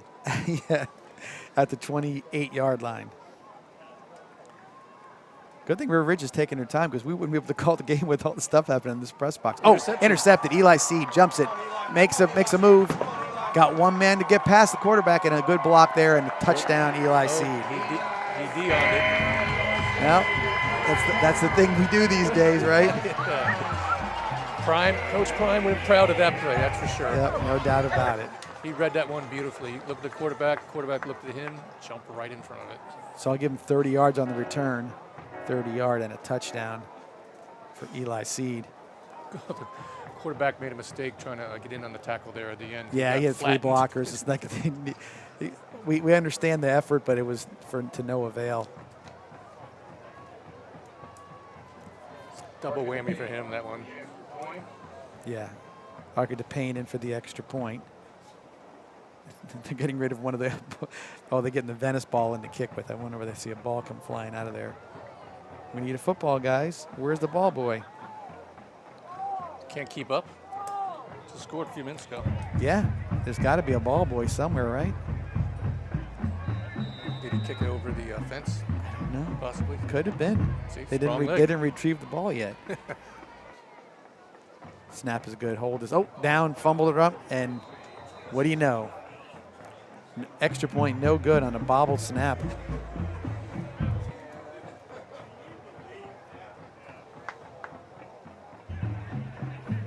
So that makes the score 34-0 Indians with 4:10 left in the half. And what we'll do is we'll take a quick break here right where we got a break and come back and give you the last 4:10 without commercials. Come back here at Powell Davis Stadium in a minute.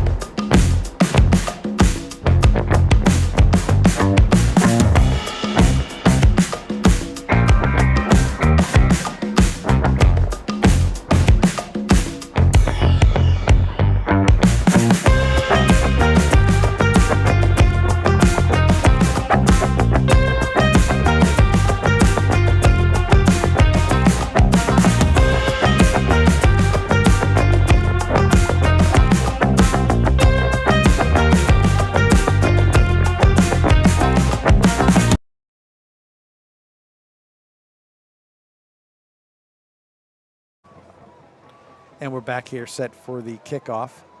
Harker DePayne with a high kick. Once again, down to about the 14-yard line and up. Number 6 caught it and walked out of bounds with it. I lost track of where he was, I'd say, on that one, Bill. I think it's on the 12 or 13. Yeah. 14. Well, I think they're giving him the 15. So you really don't want to be at this point down 34, getting kickoffs knocked out of bounds at the 14-yard line. But that is what River Ridge has to face right now, and we'll see what they come up with. Yeah, and I'm looking at them right now, and their body language does not look good on River Ridge side. No. I think even part of that, when you said earlier about the quarterback trying to make the tackle and getting kind of wiped out in the end zone, that might have been the picture of the first half so far for River Ridge. It looks like they're moving in mud a little bit.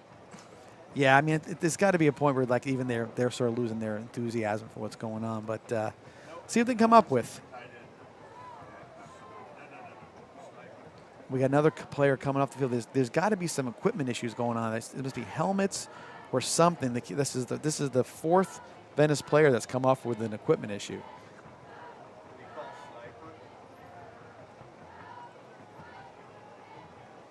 So handoff to Patterson. Nice, decent run. Great backside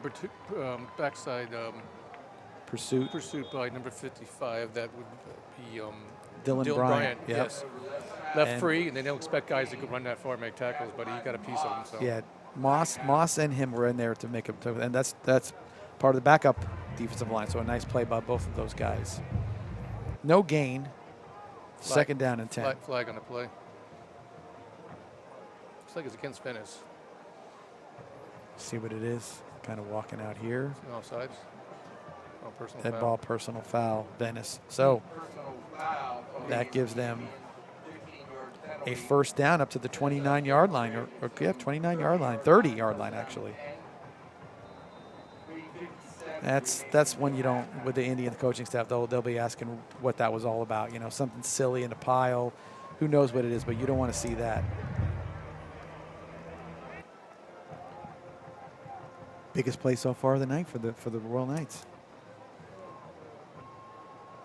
Again, taking their time with the snap and shotgun. Patterson to the left of Bash. Handoff, and he is stopped in the backfield. Yep, Venice. That is Ryan Daly. Yep, they continue along to keep with the pressure on. They have 8-9 guys within 3 yards of the line of scrimmage in that play. Yep. Bryant and Daly on the tackle. They are just daring them to throw the ball deep, but they don't have time to throw the ball deep because the pressure with 4 guys. It's been great for the Venice defensive line to get in there. Yeah, no doubt about it. Clock is running. 3:01 left in the first half. Second down and 12 for the Royal Knights. In the pistol this time. Yep, arm went up. Got to get the play off here soon. And it's off. Quick throw out to number 18 and stop for another loss. Kenai Brantley, along with Lee, Fleming, and Dalton on the tackle. Yeah, the timing on that play was off by everybody. The blockers, the quarterback, even the receiver, everything was a little off, and it just came into showed a 2-yard loss? Yeah, 2-yard loss. Yeah. Back to drawing board and practice field for that one. Yeah, like I said, once that ball took forever to get there, and the blocking wasn't there, so 3rd and 14. Clock's running. Inside 2 minutes left.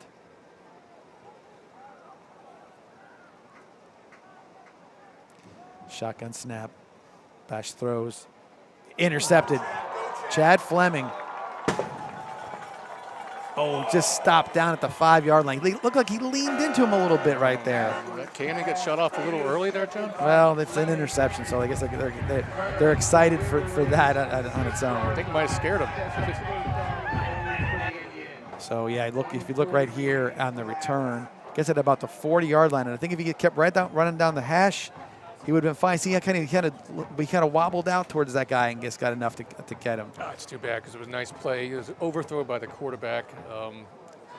Not a great throw. No, not at all.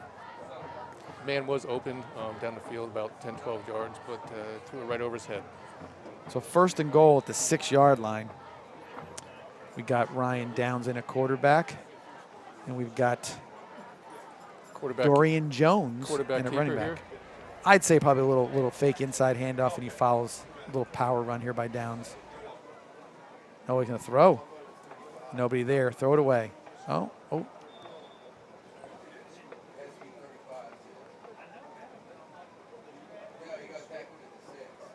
Yeah, 1-on-1 coverage in the outside. Good play by the cornerback, picking him up. Yeah, it was. 2nd down and goal. Here we go again. Venice 2nd down. Jones on the carry. Down to the 1-yard line. Just short. Plenty of time left. They got timeouts left too. Yeah, I think Coach will just we'll go normal huddle here. They go so fast as it is anyway. Down to the 1. Give it to him again. Let the freshman get the touchdown. Let's see what we do. Why not? And they do, and he thinks he get it in that time. He did get it in. So touchdown number 34, Dorian Jones. 1-yarder. And now we are in running clock territory. With those 6 points puts us at 40-0. And I think they're going to go for 2. Good to see that he didn't roll up on the back of someone's leg there. That was close. So. Yeah.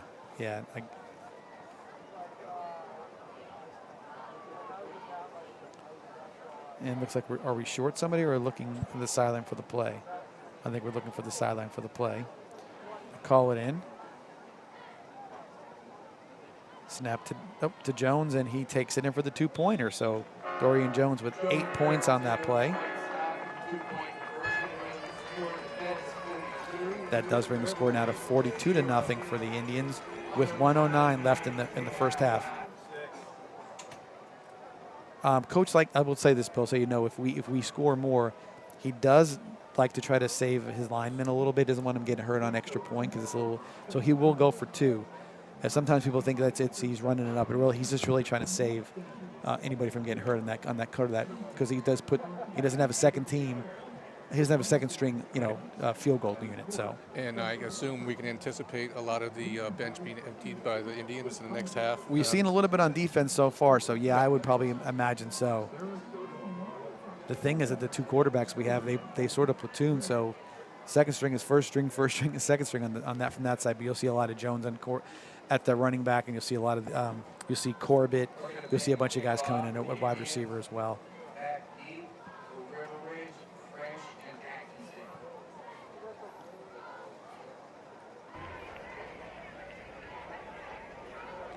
Set the kick. Looks like right about in that same territory, right about that 14-yard line seems to be his good return by number 6. Brought down by Looks like we 24. May have possibly a face mask call. That would be Tanner Rue, and then Chris Lee as well. By Rue on the far sideline. It might have been a late hit out of bounds. Yeah. Let's see what they get here.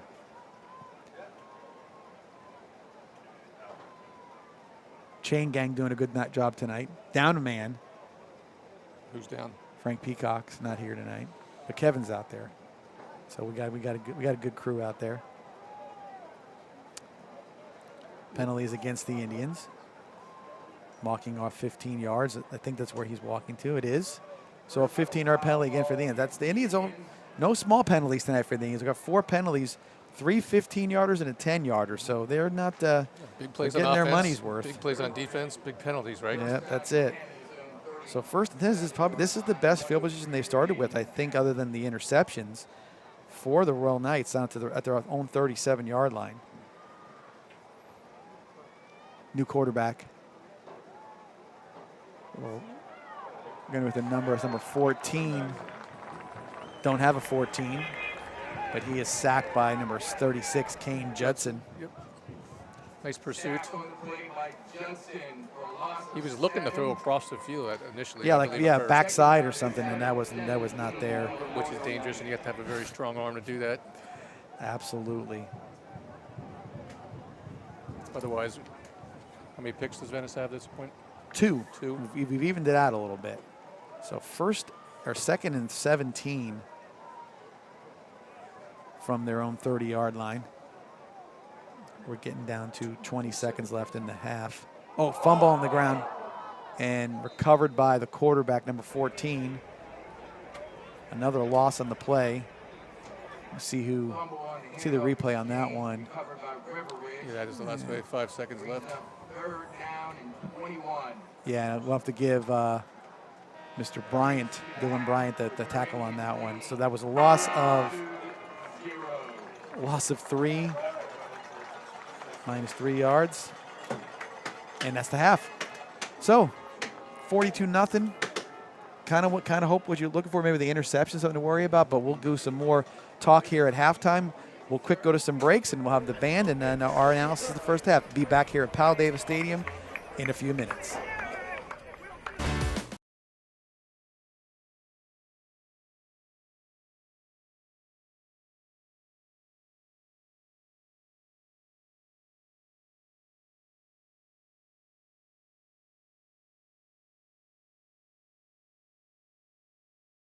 What does Douglas Jeep Chrysler Dodge Ram and Venice High football have in common? The perfect team and the perfect lineup. Douglas Jeep Chrysler Dodge Ram will always go the extra yard, so you can score big with the area's best selection and savings. So if you're looking for a championship vehicle lineup And a dealership that tackles the competition. visit Douglas Jeep Chrysler Dodge Ram in Venice, And if you're looking for a championship football lineup, check out the Venice High football team. who supports Venice High football. Douglas does.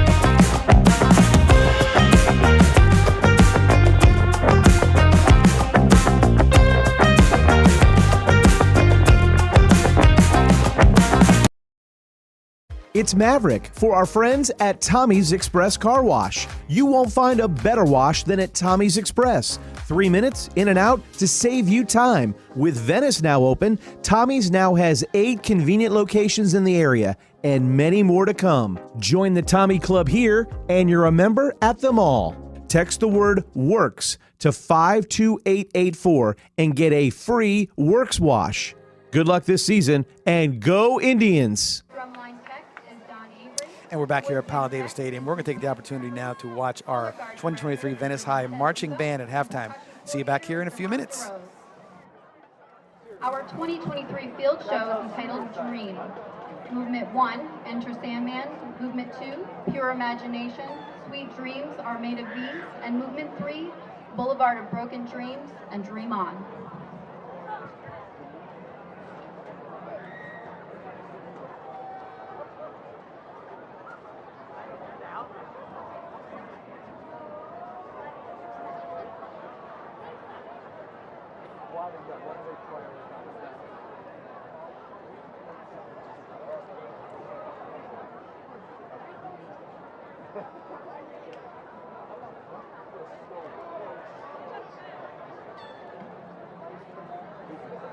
Drum majors Cole Duncan and Francisco Macias, is your band ready?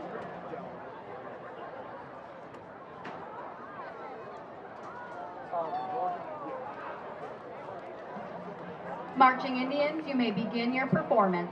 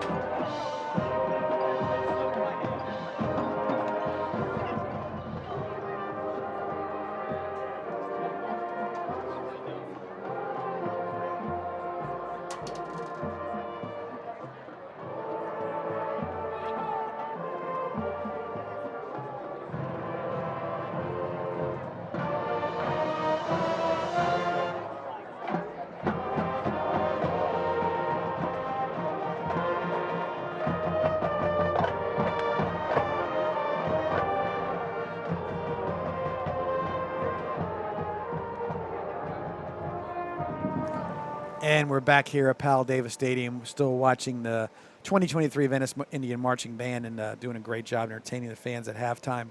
Bill, before we get into the stats, we kind of figured based on just the eyeball look that this was a dominating performance, but I think maybe the stats will point that out as well. Yeah, I think a couple of stats that you showed me really stand out, and let's go ahead and share some of those finer points. So we'll go start with Venice Indians. 13 carries rushing the ball for 103 yards, led there by Jamaris Wilder, affectionately known as Gator Wilder, and with 39 yards on 5 carries. Ryan Downs with a nice run early on for a touchdown for a 20-yarder, but for a 2 for 27. And then a few other guys get that at 103. We'll outline a little more in a little bit.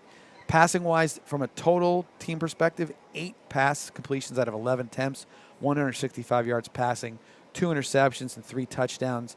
Jaden Glasser, he went 7 for 8 for 115 and 3 touchdowns and an INT, and Ryan Downs went 1 for 3 for 50 and an INT. As far as the Royal Knights are concerned, again, like we said, we thought it was dominant performance.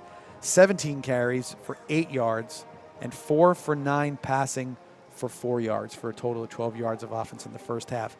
I know we said they were being conservative. I know we said that they were trying to run a little clock, but at this point, I'm not sure how much more conservative they could have been to only get 12 yards. Yeah, they're waiting for this game to get over with. Seriously, John. Venice is averaging, like you said, over 8 yards a carry rushing. Right. Over 20 yards of pass play. Every time they complete one, it's averaging over 20 yards. So dominating almost every phase of the game, Venice is, and I think River Ridge will be happy to get on the bus after this game and head back. Right, running clock in the second half. Of course, that means that everything other than referees calling timeout for water breaks, or if a team calls a timeout, the clock will run. Yeah. No matter what, ball goes out of bounds, incomplete pass, you name it, change of possession, it will run. So it'll be a very fast second half.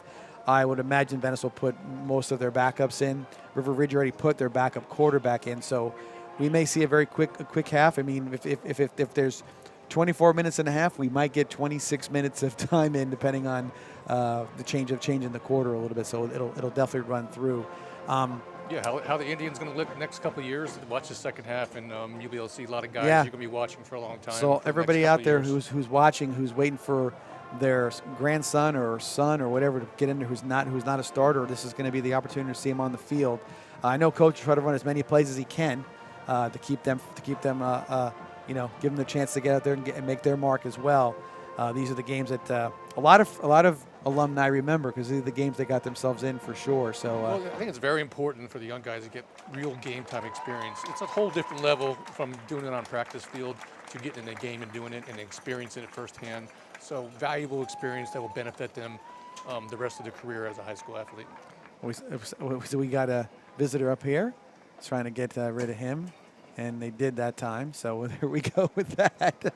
But again, the band coming off the field after doing their great performance tonight.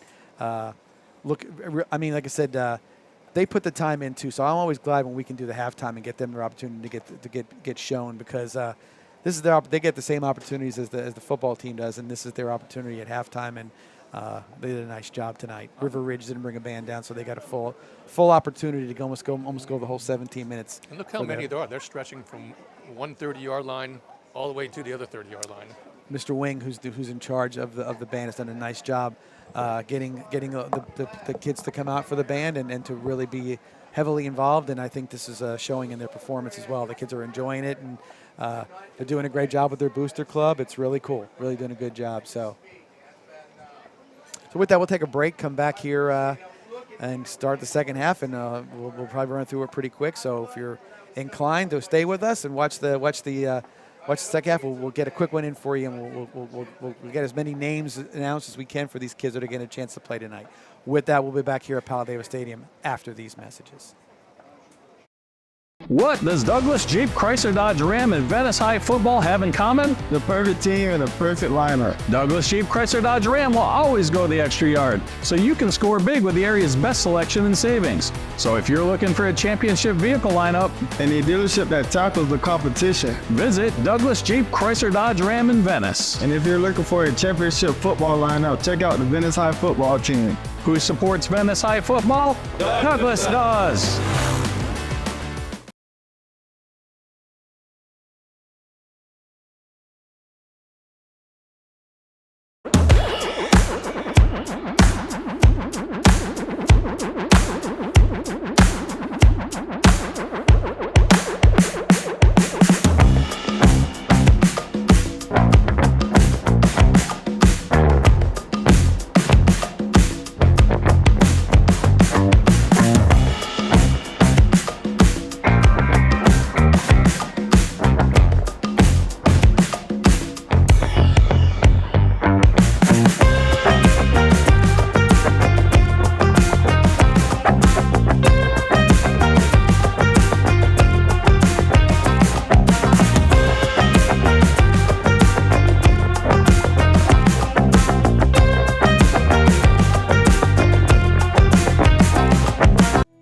Tri-County Land Development, servicing the Charlotte, Sarasota, and Manatee areas for over 19 years. Quality workmanship in residential and commercial site development ensure that what you need is done right the first time. Tri-County Land Development.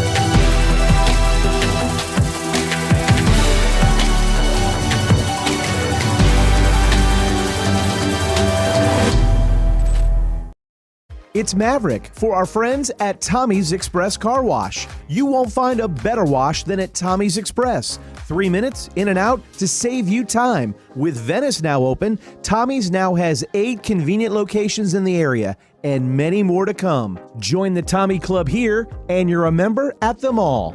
Text the word WORKS to 52884 and get a free Works wash.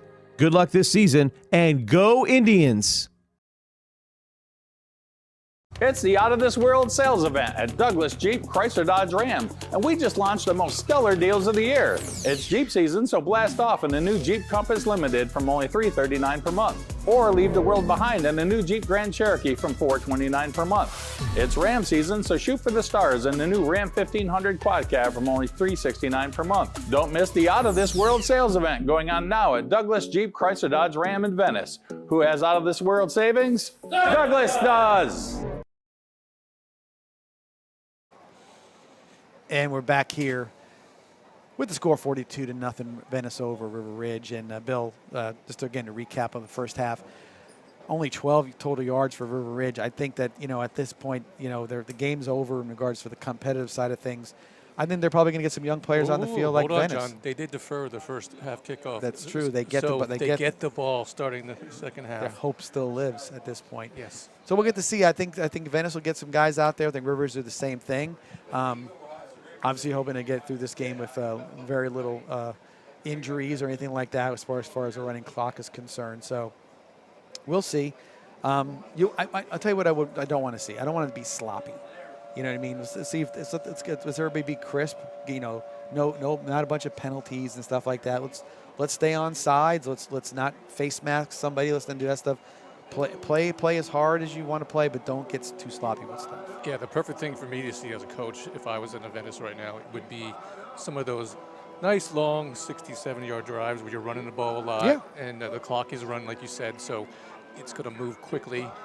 And to have 2-3 drives like that, maybe score once, twice, maybe 3 times even, and call it a day. Yeah, I totally agree. Again, River Ridge, they brought their backup quarterback in prior to the half being over, so probably see a little bit more of him. I think you're going to see Ryan Downs play quarterback for the Indians the entire second half. Ryan is no backup. I'll put it that way. So it'll be interesting to see how they run him or what they do with him as far as the offense is concerned. But I gotta think like I said, no matter who it is, you want to see him be crisp, run the plays called properly, see the O-line get off the ball well. That's all those things that you can really evaluate.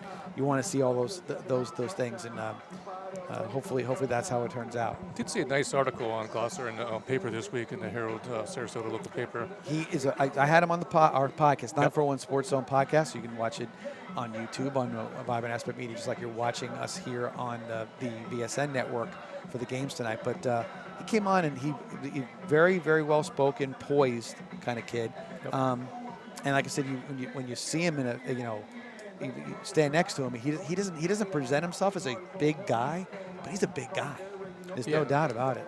The article mentioned several things, but one of the things I really liked was his bond with his teammates. I mean, everybody, not just his receivers, backs, or linemen, defensive guys. He spends time with everybody, so he sounds like I haven't met him, but he sounds like a great guy. And yeah, obviously a really good player. So well, I always get a kick. So one of my favorite things to do, Bill, is I liked when the team travels. We've traveled over the years all over the country. We've been different places, but I always say that traveling really brings out the team camaraderie. You're in the same bus. You got to share a seat with somebody. It's a forced bonding situation, and I don't think I'm talking out of turn, but I saw Jaden. He was just having a good time, smiling, laughing with his buddies, and it was good to see him. But you could see he also carried himself as a team leader as well. So that was really cool to see. That's the kind of stuff you don't see on a football field. You know what I mean? And when you see that kind of bonding and camaraderie kind of picking up, and he's leading that situation, it bodes well for him. What's going to happen on the football field? Well, like you mentioned, he may get a series, John, but I think it'd be best wise maybe to hold him off. You got some big games coming up real soon for Venice. No doubt about it, especially next week. I'm going to get into that here probably sometime in the second half. Kickoff set ready for the Indians. The Royal Knights had deferred, and they will receive the kickoff start in the second half. Good kick, deep. That's the deepest one of the night. That might be a touchback, and it does not go in the end zone. So he had it. Wow, he had to go I was all going the to way say out that of was the bounds. perfect kick. It was like about an inch or two away from just stopping dead on the 1 yard line. Listen, I'm going to tell you this right now. I think they're going to say the ball rolled out of bounds on its own. They did. Okay, so he didn't touch it. Okay, yep. So I thought he had touched it when it went out of bounds, but I guess it was. So the ball will be up to the 35. But good kick. I mean, you would expect somebody would field that one for sure. No, it was a great kick. Really got a hold of that one. Deepest kick, like you said, of the night.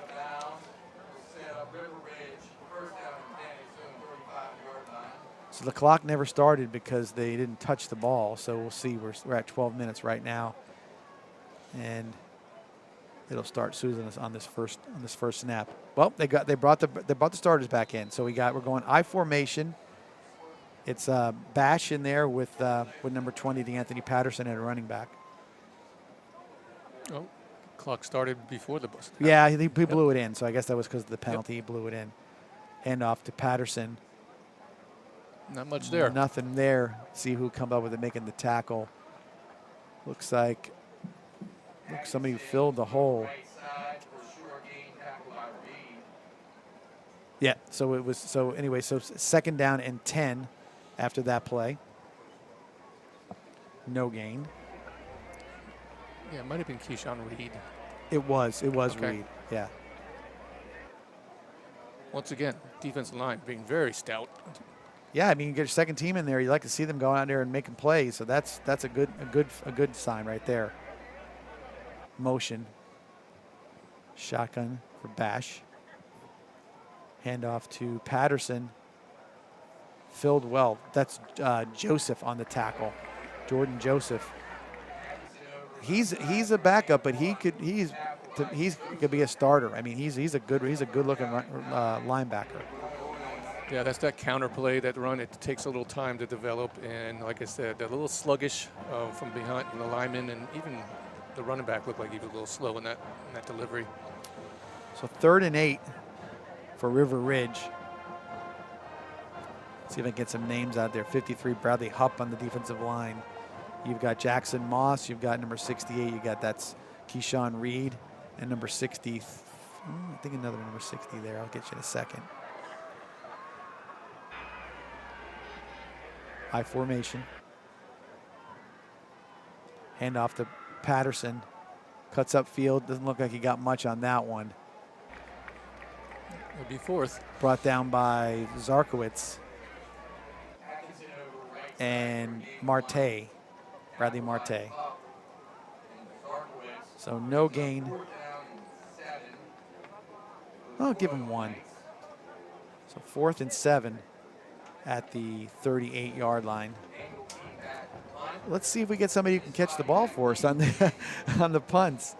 Who's back there this time? Is it Casati? I can't see. Got a new guy back there. Yep. Best kick of the night. It's Casati, and he called the fair catch, but he did catch it. So we'll give him. He gets credit for that. Clock's still running at 9:41 in the 3rd. Let's kind of see what they bring out on offense here, John. Help me out there.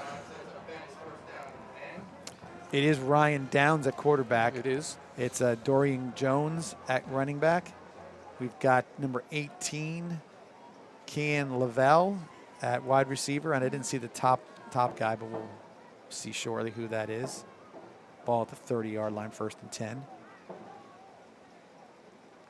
Downs hands off to Jones, and big play there for loss number 75. That's Sawyer Schrader with a good play. Yeah, good pursuit in the backside by Mr. Sawyer there, as you mentioned. So 2nd and 12. Downs looking to throw. Quick throw. Little bit. I mean, the timing wasn't right on that. Looks like Matulovic on the break, and he just couldn't kind of get back to it in time. So 3rd and 12. Had a little pressure in his face, too, so he had to get rid of it. I'm going to rush it just a little bit because of that. I think a little bit. It came out of his hand funny. It looked like it kind of. And he couldn't follow through, so yeah. he kind of just wing it. It's a tough throw.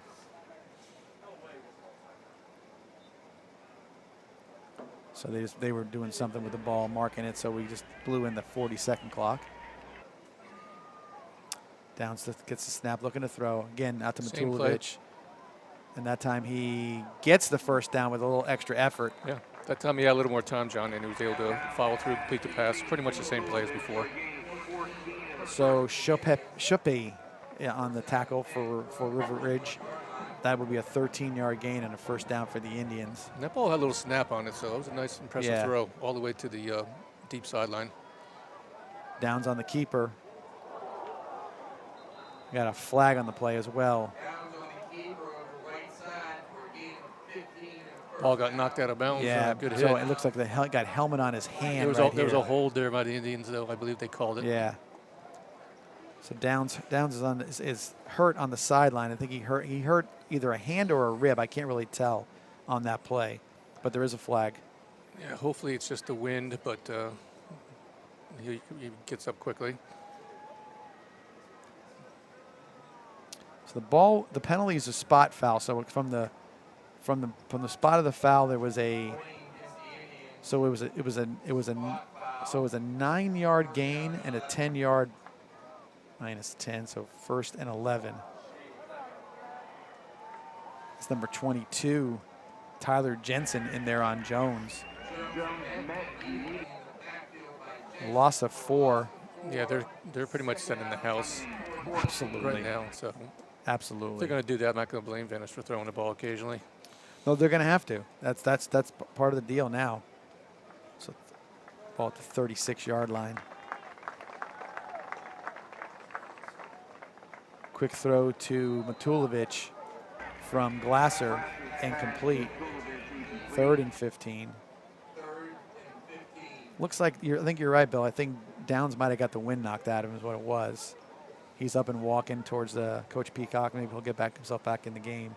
Yeah, for anybody who hasn't had the wind knocked out of them, it's scary. I've Yeah. had several times myself, and the first time you ever have it, you think you're going to die because you can't get any oxygen whatsoever. So Jones on a good carry on that one. The line did block well on that one. So he picks it up to the 45-yard line. 9-yard gain. It's 4th and 6 on this one.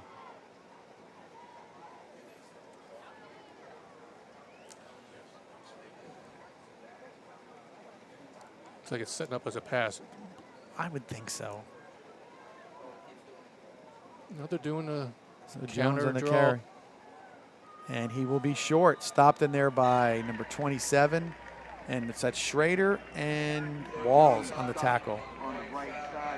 They gave him a 1-yard gain. River Ridge gets good field position at the Venice 46-yard line. 1st and 10. Well, I think Coach probably said, no reason to take a risk. I can, we got to fish time up for a water break, and that'll give us a chance to take a break ourselves. We're back here at Powell Davis Stadium after these messages. What does Douglas Jeep Chrysler Dodge Ram and Venice High football have in common? The perfect team and the perfect lineup. Douglas Jeep Chrysler Dodge Ram will always go the extra yard, so you can score big with the area's best selection and savings. So if you're looking for a championship vehicle lineup And a dealership that tackles the competition. visit Douglas Jeep Chrysler Dodge Ram in Venice, And if you're looking for a championship football lineup, check out the Venice High football team. who supports Venice High football? Douglas does.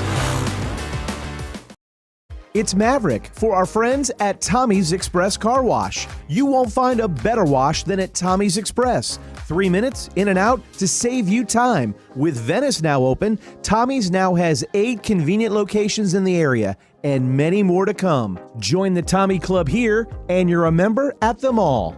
Text the word WORKS to 52884 and get a free WORKS wash. Good luck this season and And we are back 1st and 10 at the 46-yard line. Backup quarterback in. Handoff to Patterson, though, but he's not going much. The pile kind of forced them to get back to the line of scrimmage. Brought down by Bryant and 95 McNair. So we'll give these guys all we can here. Yep. Dylan Bryant had a hand in there too. So no gain, 2nd and 10.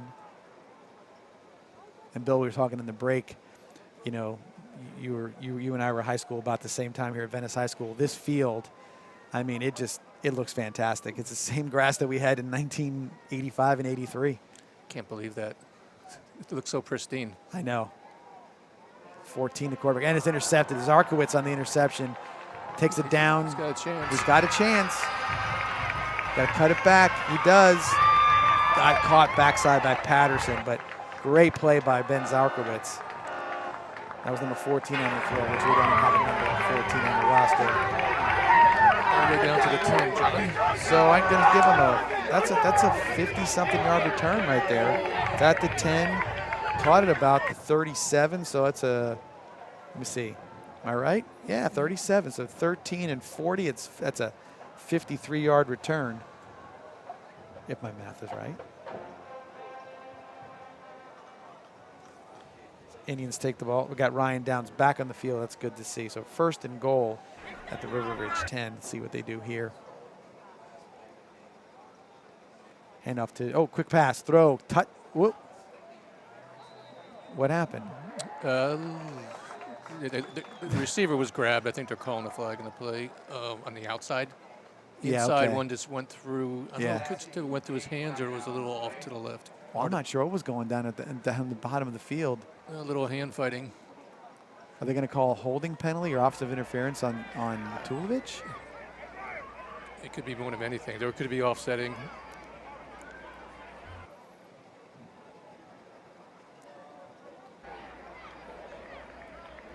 I'm not sure what happened here. They may call. So, okay. So a personal foul. So Okay. it'll be a 5-yard penalty basically on that one. So the ball moves up 5 yards plus 5. 1st and goal from the 5. Quick play. Handoff to Jones. keeps his balance, still running hard. See if I think he probably got it to about the 3-yard line for a 2-yard gain. 2nd and goal.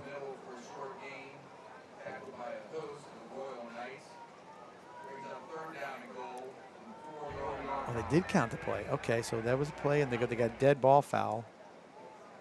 Touchdown. Touchdown Jones. Dorian Jones on the 3-yard run. Oh. He spoke too soon. Nice block. What a tackle.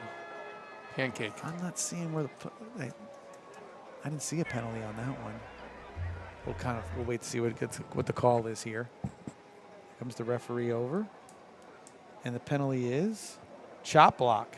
That's what it is.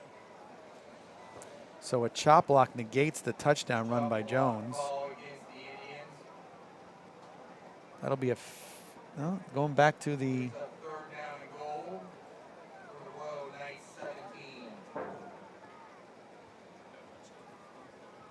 quick throw. Oh, what a throw. Wow. Touchdown Indians. And then the ball was actually at the 12-yard line. There was a 10-yard penalty on the last play. And Ryan Downs oh, here we go, another penalty. It was, I believe it was after the play, maybe the excessive celebration, possibly. Gotcha. Yeah. We had one of our people that do the replay said he was swimming in the end zone, so I think that might be the problem. What is the penalty here? We'll see. Afterwards, what? Oh, yeah.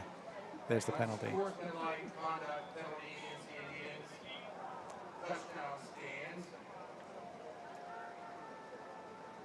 We're going to now be getting a timeout to talk to the coaches, I believe. Well, maybe he's on a swimming team. I don't know. He's practicing.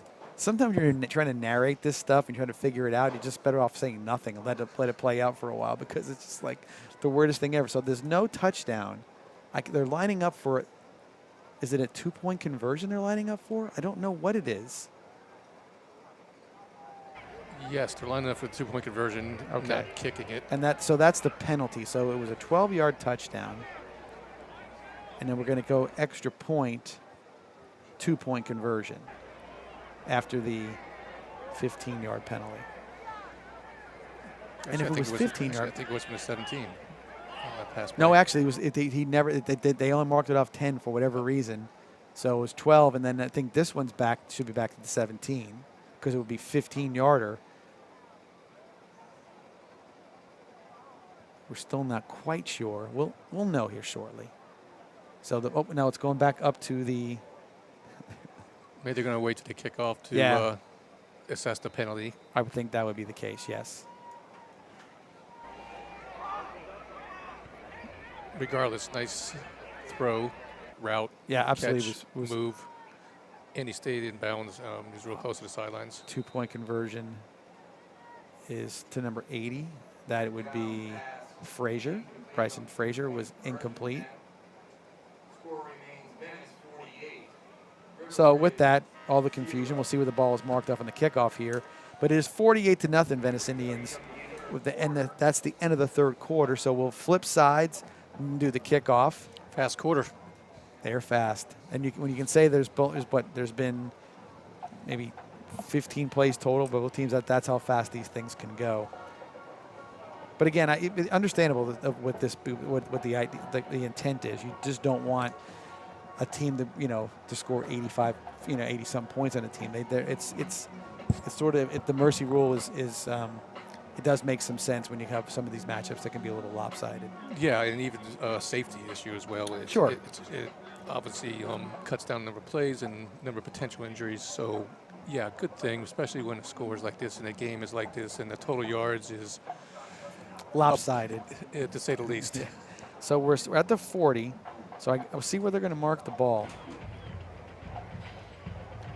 By the way, we're talking about the field. I was telling everybody, I tell people all the time, Bill, that the reason the grass stayed so good for all these years is that when we played, or still when back in the day when there was, we were in high school, I should say, you played. the grass was growing a little taller than most other places. Because I think we had a strategy back then is to try to make the. Oh, you could build a fort in those, on those grasses back in the 80s when we played. The opposing coaches noticed it too. They would scoff their head and shake when they come down pregame and try to walk through it and get snagged every time, every 5 yards. I remember when guys would be running on the field, you hear shh, shh, because their feet were dragging through the grass. So yes, they're kicking off from the 25-yard line. So we figured that out. It's a good kick. Pinning him to the side, and does roll out of bounds again, though. So not what you want to see, but once again, it should go to the 50-yard line, I think, because of the penalty. I don't know. I don't think it would go to the 35. See where they mark it. Anyway, talking back, but that, other than that, I mean, the field itself is it's been so well maintained over these years. Oh, I even asked you, are they painting this at all because it looks so good? And you Yeah. said no. And like I said, and I think there's a point of pride with the custodial staff here. They try to make it look beautiful, and it really does look great. We get compliments from all the teams that come here and say, like, my goodness, how do you guys do this? But I think it's a labor of love, and I think it looks good, and I think they're proud of that. Again, the ball is marked at the 50 after that ball out of bounds because of the penalty. Number 14 at quarterback, hands off. He's running back is stuffed by, that is 44. 68, that's Reed and Moss. Yep. And number 26 is Jonah Klaus on the run for.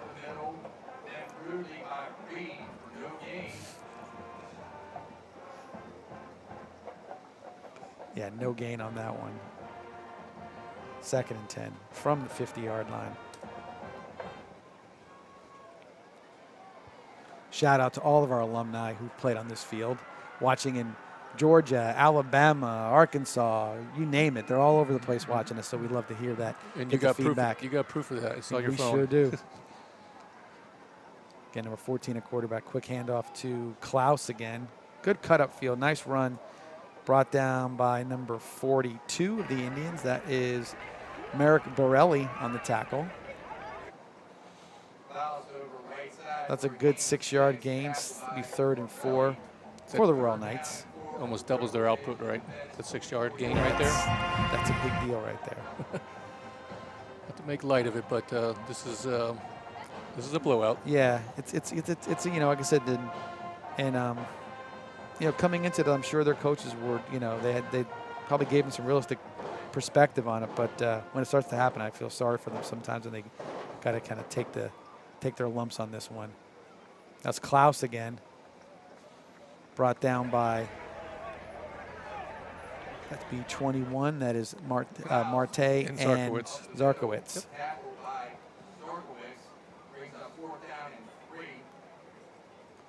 1 yard gain, 4th and 3, and you got to go for it here.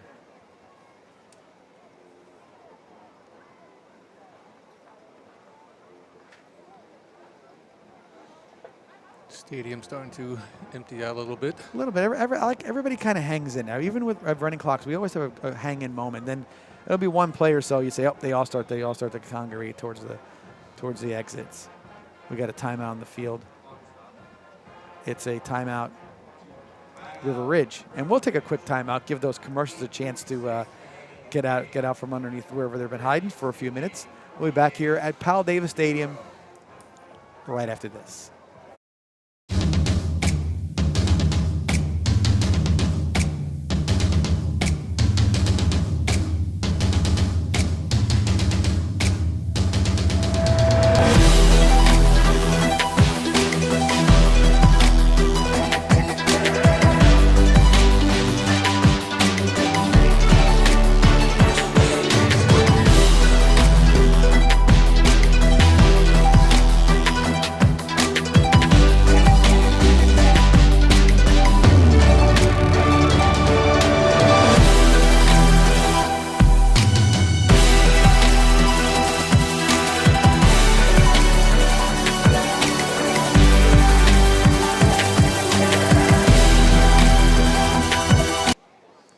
Fourth and 3 for River Ridge. Number 14 quarterback rolls out to his left, pressured, gets the ball off, throws it, just over the outstretched hand of number 18. Both names we don't have. I'm sure they're underclassmen, but nonetheless a decent throw and a little pressure there by number 30, Cody Hubschmidt. So Indians take over 1st and 10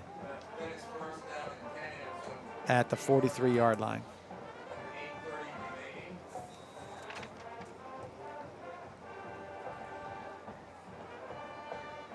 Downs hands off to Jones, takes it to the right side, got some room, makes a man miss, and then runs down inside the 30-yard line.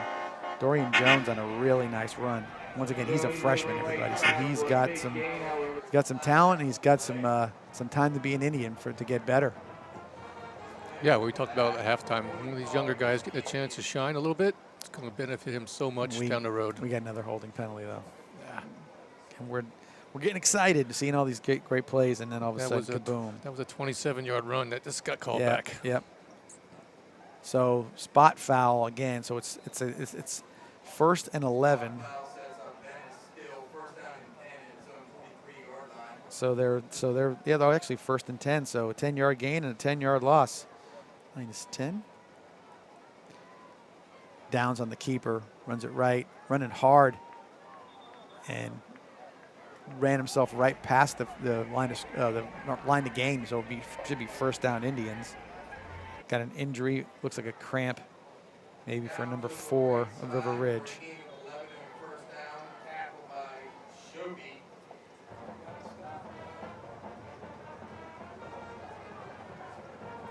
We got an injured player on the field. Yeah, it does look like a cramp. Didn't see a lot tonight of that. It's the first time actually. Well, again, we talked about cooler temperatures. I don't know where the temperature landed right now. We can get a quick weather check.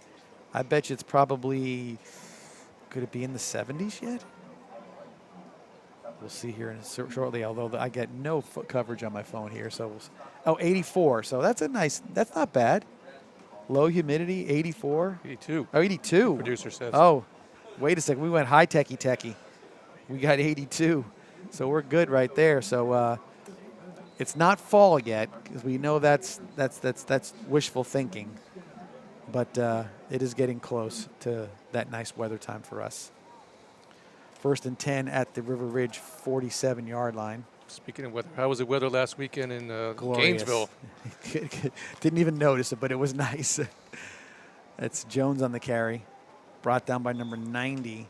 That's Stephen Berg. And you were there, and they were celebrating a former Venice player at the Florida game last week, correct, John? Yeah, Trey Burton was Mr. Two Bits. If you're a Gator fan or you know anything about Florida Gators, Mr. Two Bits was a folk hero who went around the stadium and leading everybody in the Two Bits chant. And there's a pass from Downs completed to Frazier. Yep. Brought down by a few of the River Ridge secondary. So good throw and catch. Ball is at to the 39-yard line for a 5-yard gain. 3rd and 2. So we'll see this play real quick. Downs hands off to Jones. Jones follows his lead blocker and takes it down to the 32-yard line. It's a 10-yard gain in the 1st down Indians. But Mr. Two Bits, and what they do now is they have the special guests or former great athletes from Florida to come out, and they do Mr. Two Bits chant before the game, and they dress up in Mr. Two Bits outfit, which is a yellow shirt with a tie and the whole deal. And Trey got to be Mr. Two Bits. He had the good fortune to have his son on the field with him as well. So nice. Yeah, it was cool, and then he got to lead the team out from the tunnel as they went out for the field. So it was a really cool deal right there. So we got a timeout on the field. I'm not sure if it was a water break or it was just a regular timeout, but official timeout, water break. So that's what it is. Anyway, Bill, so looking forward, so we can get a little of this in too. Obviously, River Ridge game here. We got this one in hand, 48-0. Next week, probably the biggest game on the schedule all year. The second between that and Sarasota, because that's the district games. And Riverview comes to town, and obviously there's been a little hostility between the two teams over the last couple of years. But no more than any rivalry that you have in a local area, both in the county up just up the road from each other. And Riverview comes to town, and it's going to be going to be a lot on the line that game. I think it's better for the county and Venice, even when Riverview is better, and they are better now. Oh, yeah. There was times when they were down pretty severely over the years, but things have picked up lately there, and look forward to seeing that game next week. Yeah, no doubt about it. I think everybody's going to be maybe a packed house here at Powell Davis Stadium. Downs fakes the handoff to Wide open. Nice. Downs throw to number 18. That is Kean Lavelle for the 32-yard touchdown. And that's right there you've got that. You got a kid who gets a chance to get on the field, and there's his touchdown for him this year. Lavelle's a 12th grader too, so it's a senior getting a chance to get in the game and get a catch. Good to see. And he ran a good route. Nice throw. Caught the ball clean. Put a little air underneath it, and made a good route, and secured it. And then once you do things like this too, when coaches have more confidence in you, and they're more liable to throw them into a game more likely down the road. That's going to help them win some points. So good job by him. There's no doubt about it. That's exactly what happens. He now has got the experience. He knows it with the plays he can make. It just adds up to the confidence level being so much higher. I'm going to go for 2-point conversion here. Downs hands off to Jones, and I think he is just short. Yep, just a little like that. Watch as he gets upended, and he try to keep his balance, and just the shoulder hits down, and he's just short of it. So no good on that one. So it's 54-0 right now. Going back to Riverview real quick. Being good, it is a good thing. So last year Venice and Riverview meets in the regional final. That's the whole area. That's for 4S. That's the whole area, and great game, and Venice prevailed and went on to go to the state championship against Lakeland. But no, you want that. You want the iron sharpens iron. People pay attention to what's going on and these kids are getting a lot of views, not only locally, but even nationally when they got this kind of games. Max Preps picks up on it. It's a game of a week sometimes, and that kind of stuff. So this to be a good one. It's early in the year for this game, but it's a good one nonetheless.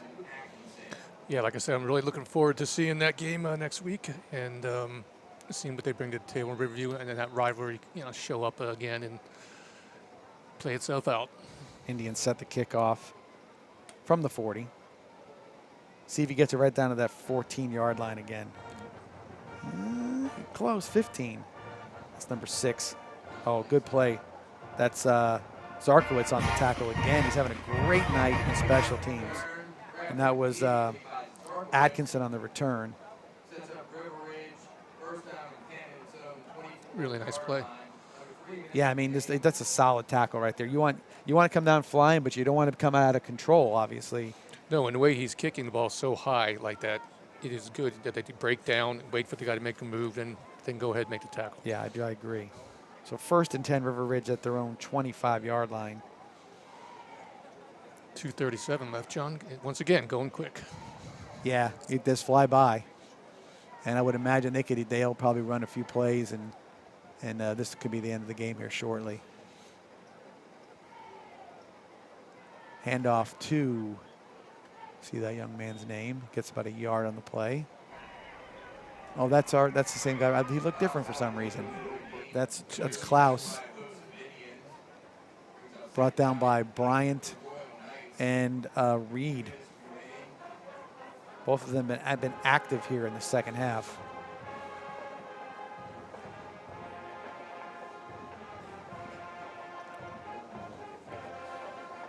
Gain of 2. 2nd and 8 from the 27-yard line. Watching that clock tick down, waiting for the referee, the back judge, to put his hand up, give him the 5-second warning on the 40-second clock. They hand it up to snap to Klaus again. Good run, cuts it upfield, brought down by Zarkowitz.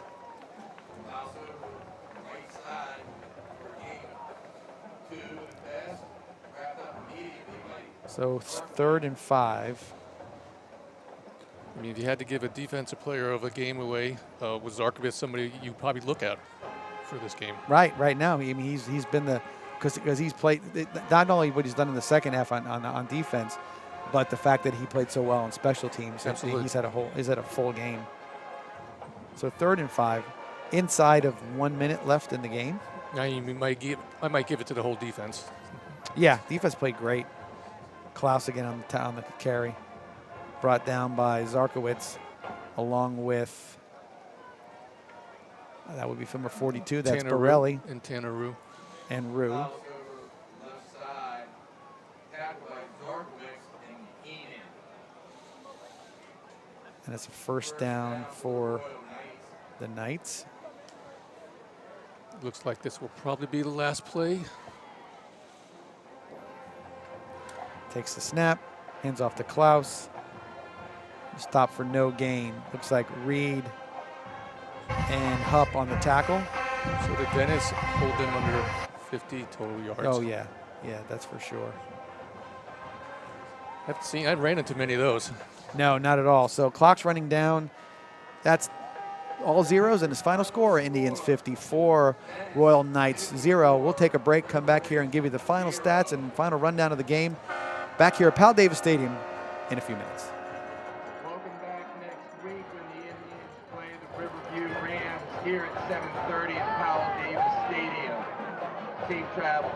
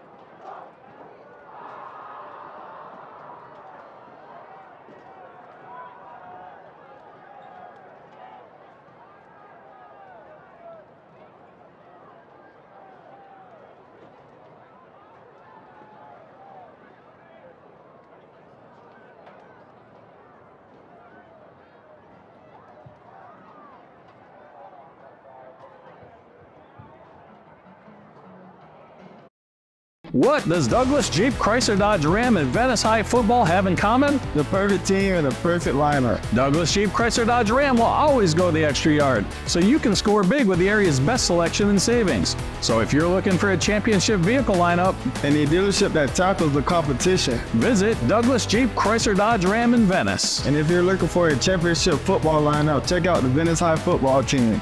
who supports Venice High football? Douglas does.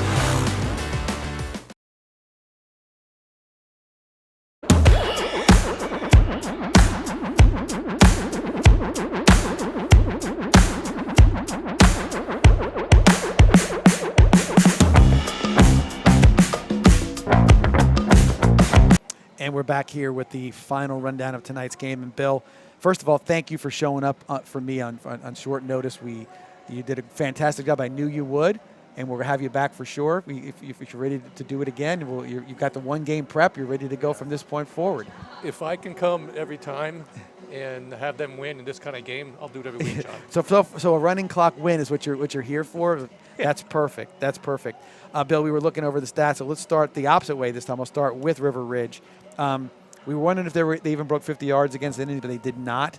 28 carries for 28 yards, 1 yard a carry, and 4 for 11 passing for 4 yards, for a total of 32 yards of total offense. Dominating performance by the defense. Yeah, and they didn't show any kind of life whatsoever on offense. I didn't see a play that almost got them a touchdown, or almost got them this. Venice has dominated them on every facet of the ball game right there. Yep. Offensively for the Venice Indians, 23 carries for 156 yards, and three touchdowns. In the second half, obviously not much rushing. Ended up having 10 carries for 53 yards to get him up to that number. Second half passing was all Ryan Downs. Actually, no, Jaden Glasser actually did have one throw when Ryan went out. If they look like the wind knocked out of him a moment. But 4 for 7 passing for 62 yards, 2 touchdowns, 1 to Ryan Matulovic and 1 to the senior Kian Lavelle. But he made some nice throws after he got settled in, and Downs looked like he's ready to go if need be. Well, also no major injuries that I saw. Playing time for everybody.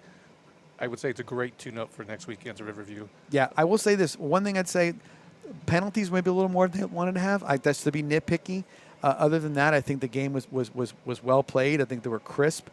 I think they showed some things they didn't show before that you're going to have to really be careful of with the 2 quarterbacks on the field and some plays that really were big hitters. So I think that's something for Riverview to watch out for. But I think no matter what, they're going to be prepared for that game next week as far as their emotions are concerned. Oh, they're going to be into it. The crowds are going to be into it. The fans will be into it on both sides of the stadium. It's going to be really a unique and electrifying atmosphere next week. Next week, Friday night, 7:30 here at Powell Davis Stadium. Riverview Rams come in to play the Venice Indians. Both in the district, means a lot towards the playoff push and toward the district championship. So if you can make it down here, please show up. If not, you know where to find us. It's VSN. Brought to you by Vibrant Aspect Media. We'll start our pregame at 7 o'clock. As long as there's no lights going crazy or clock's not working or whatever else we're trying to fix along the way, but we'll get it all worked out. By 7:30, we'll be starting up as well with our broadcast. For my very, very special guest, Bill Madden, be here with me tonight. I'm John Massoni. Thank you for joining us tonight. We'll see you next time here on VSN,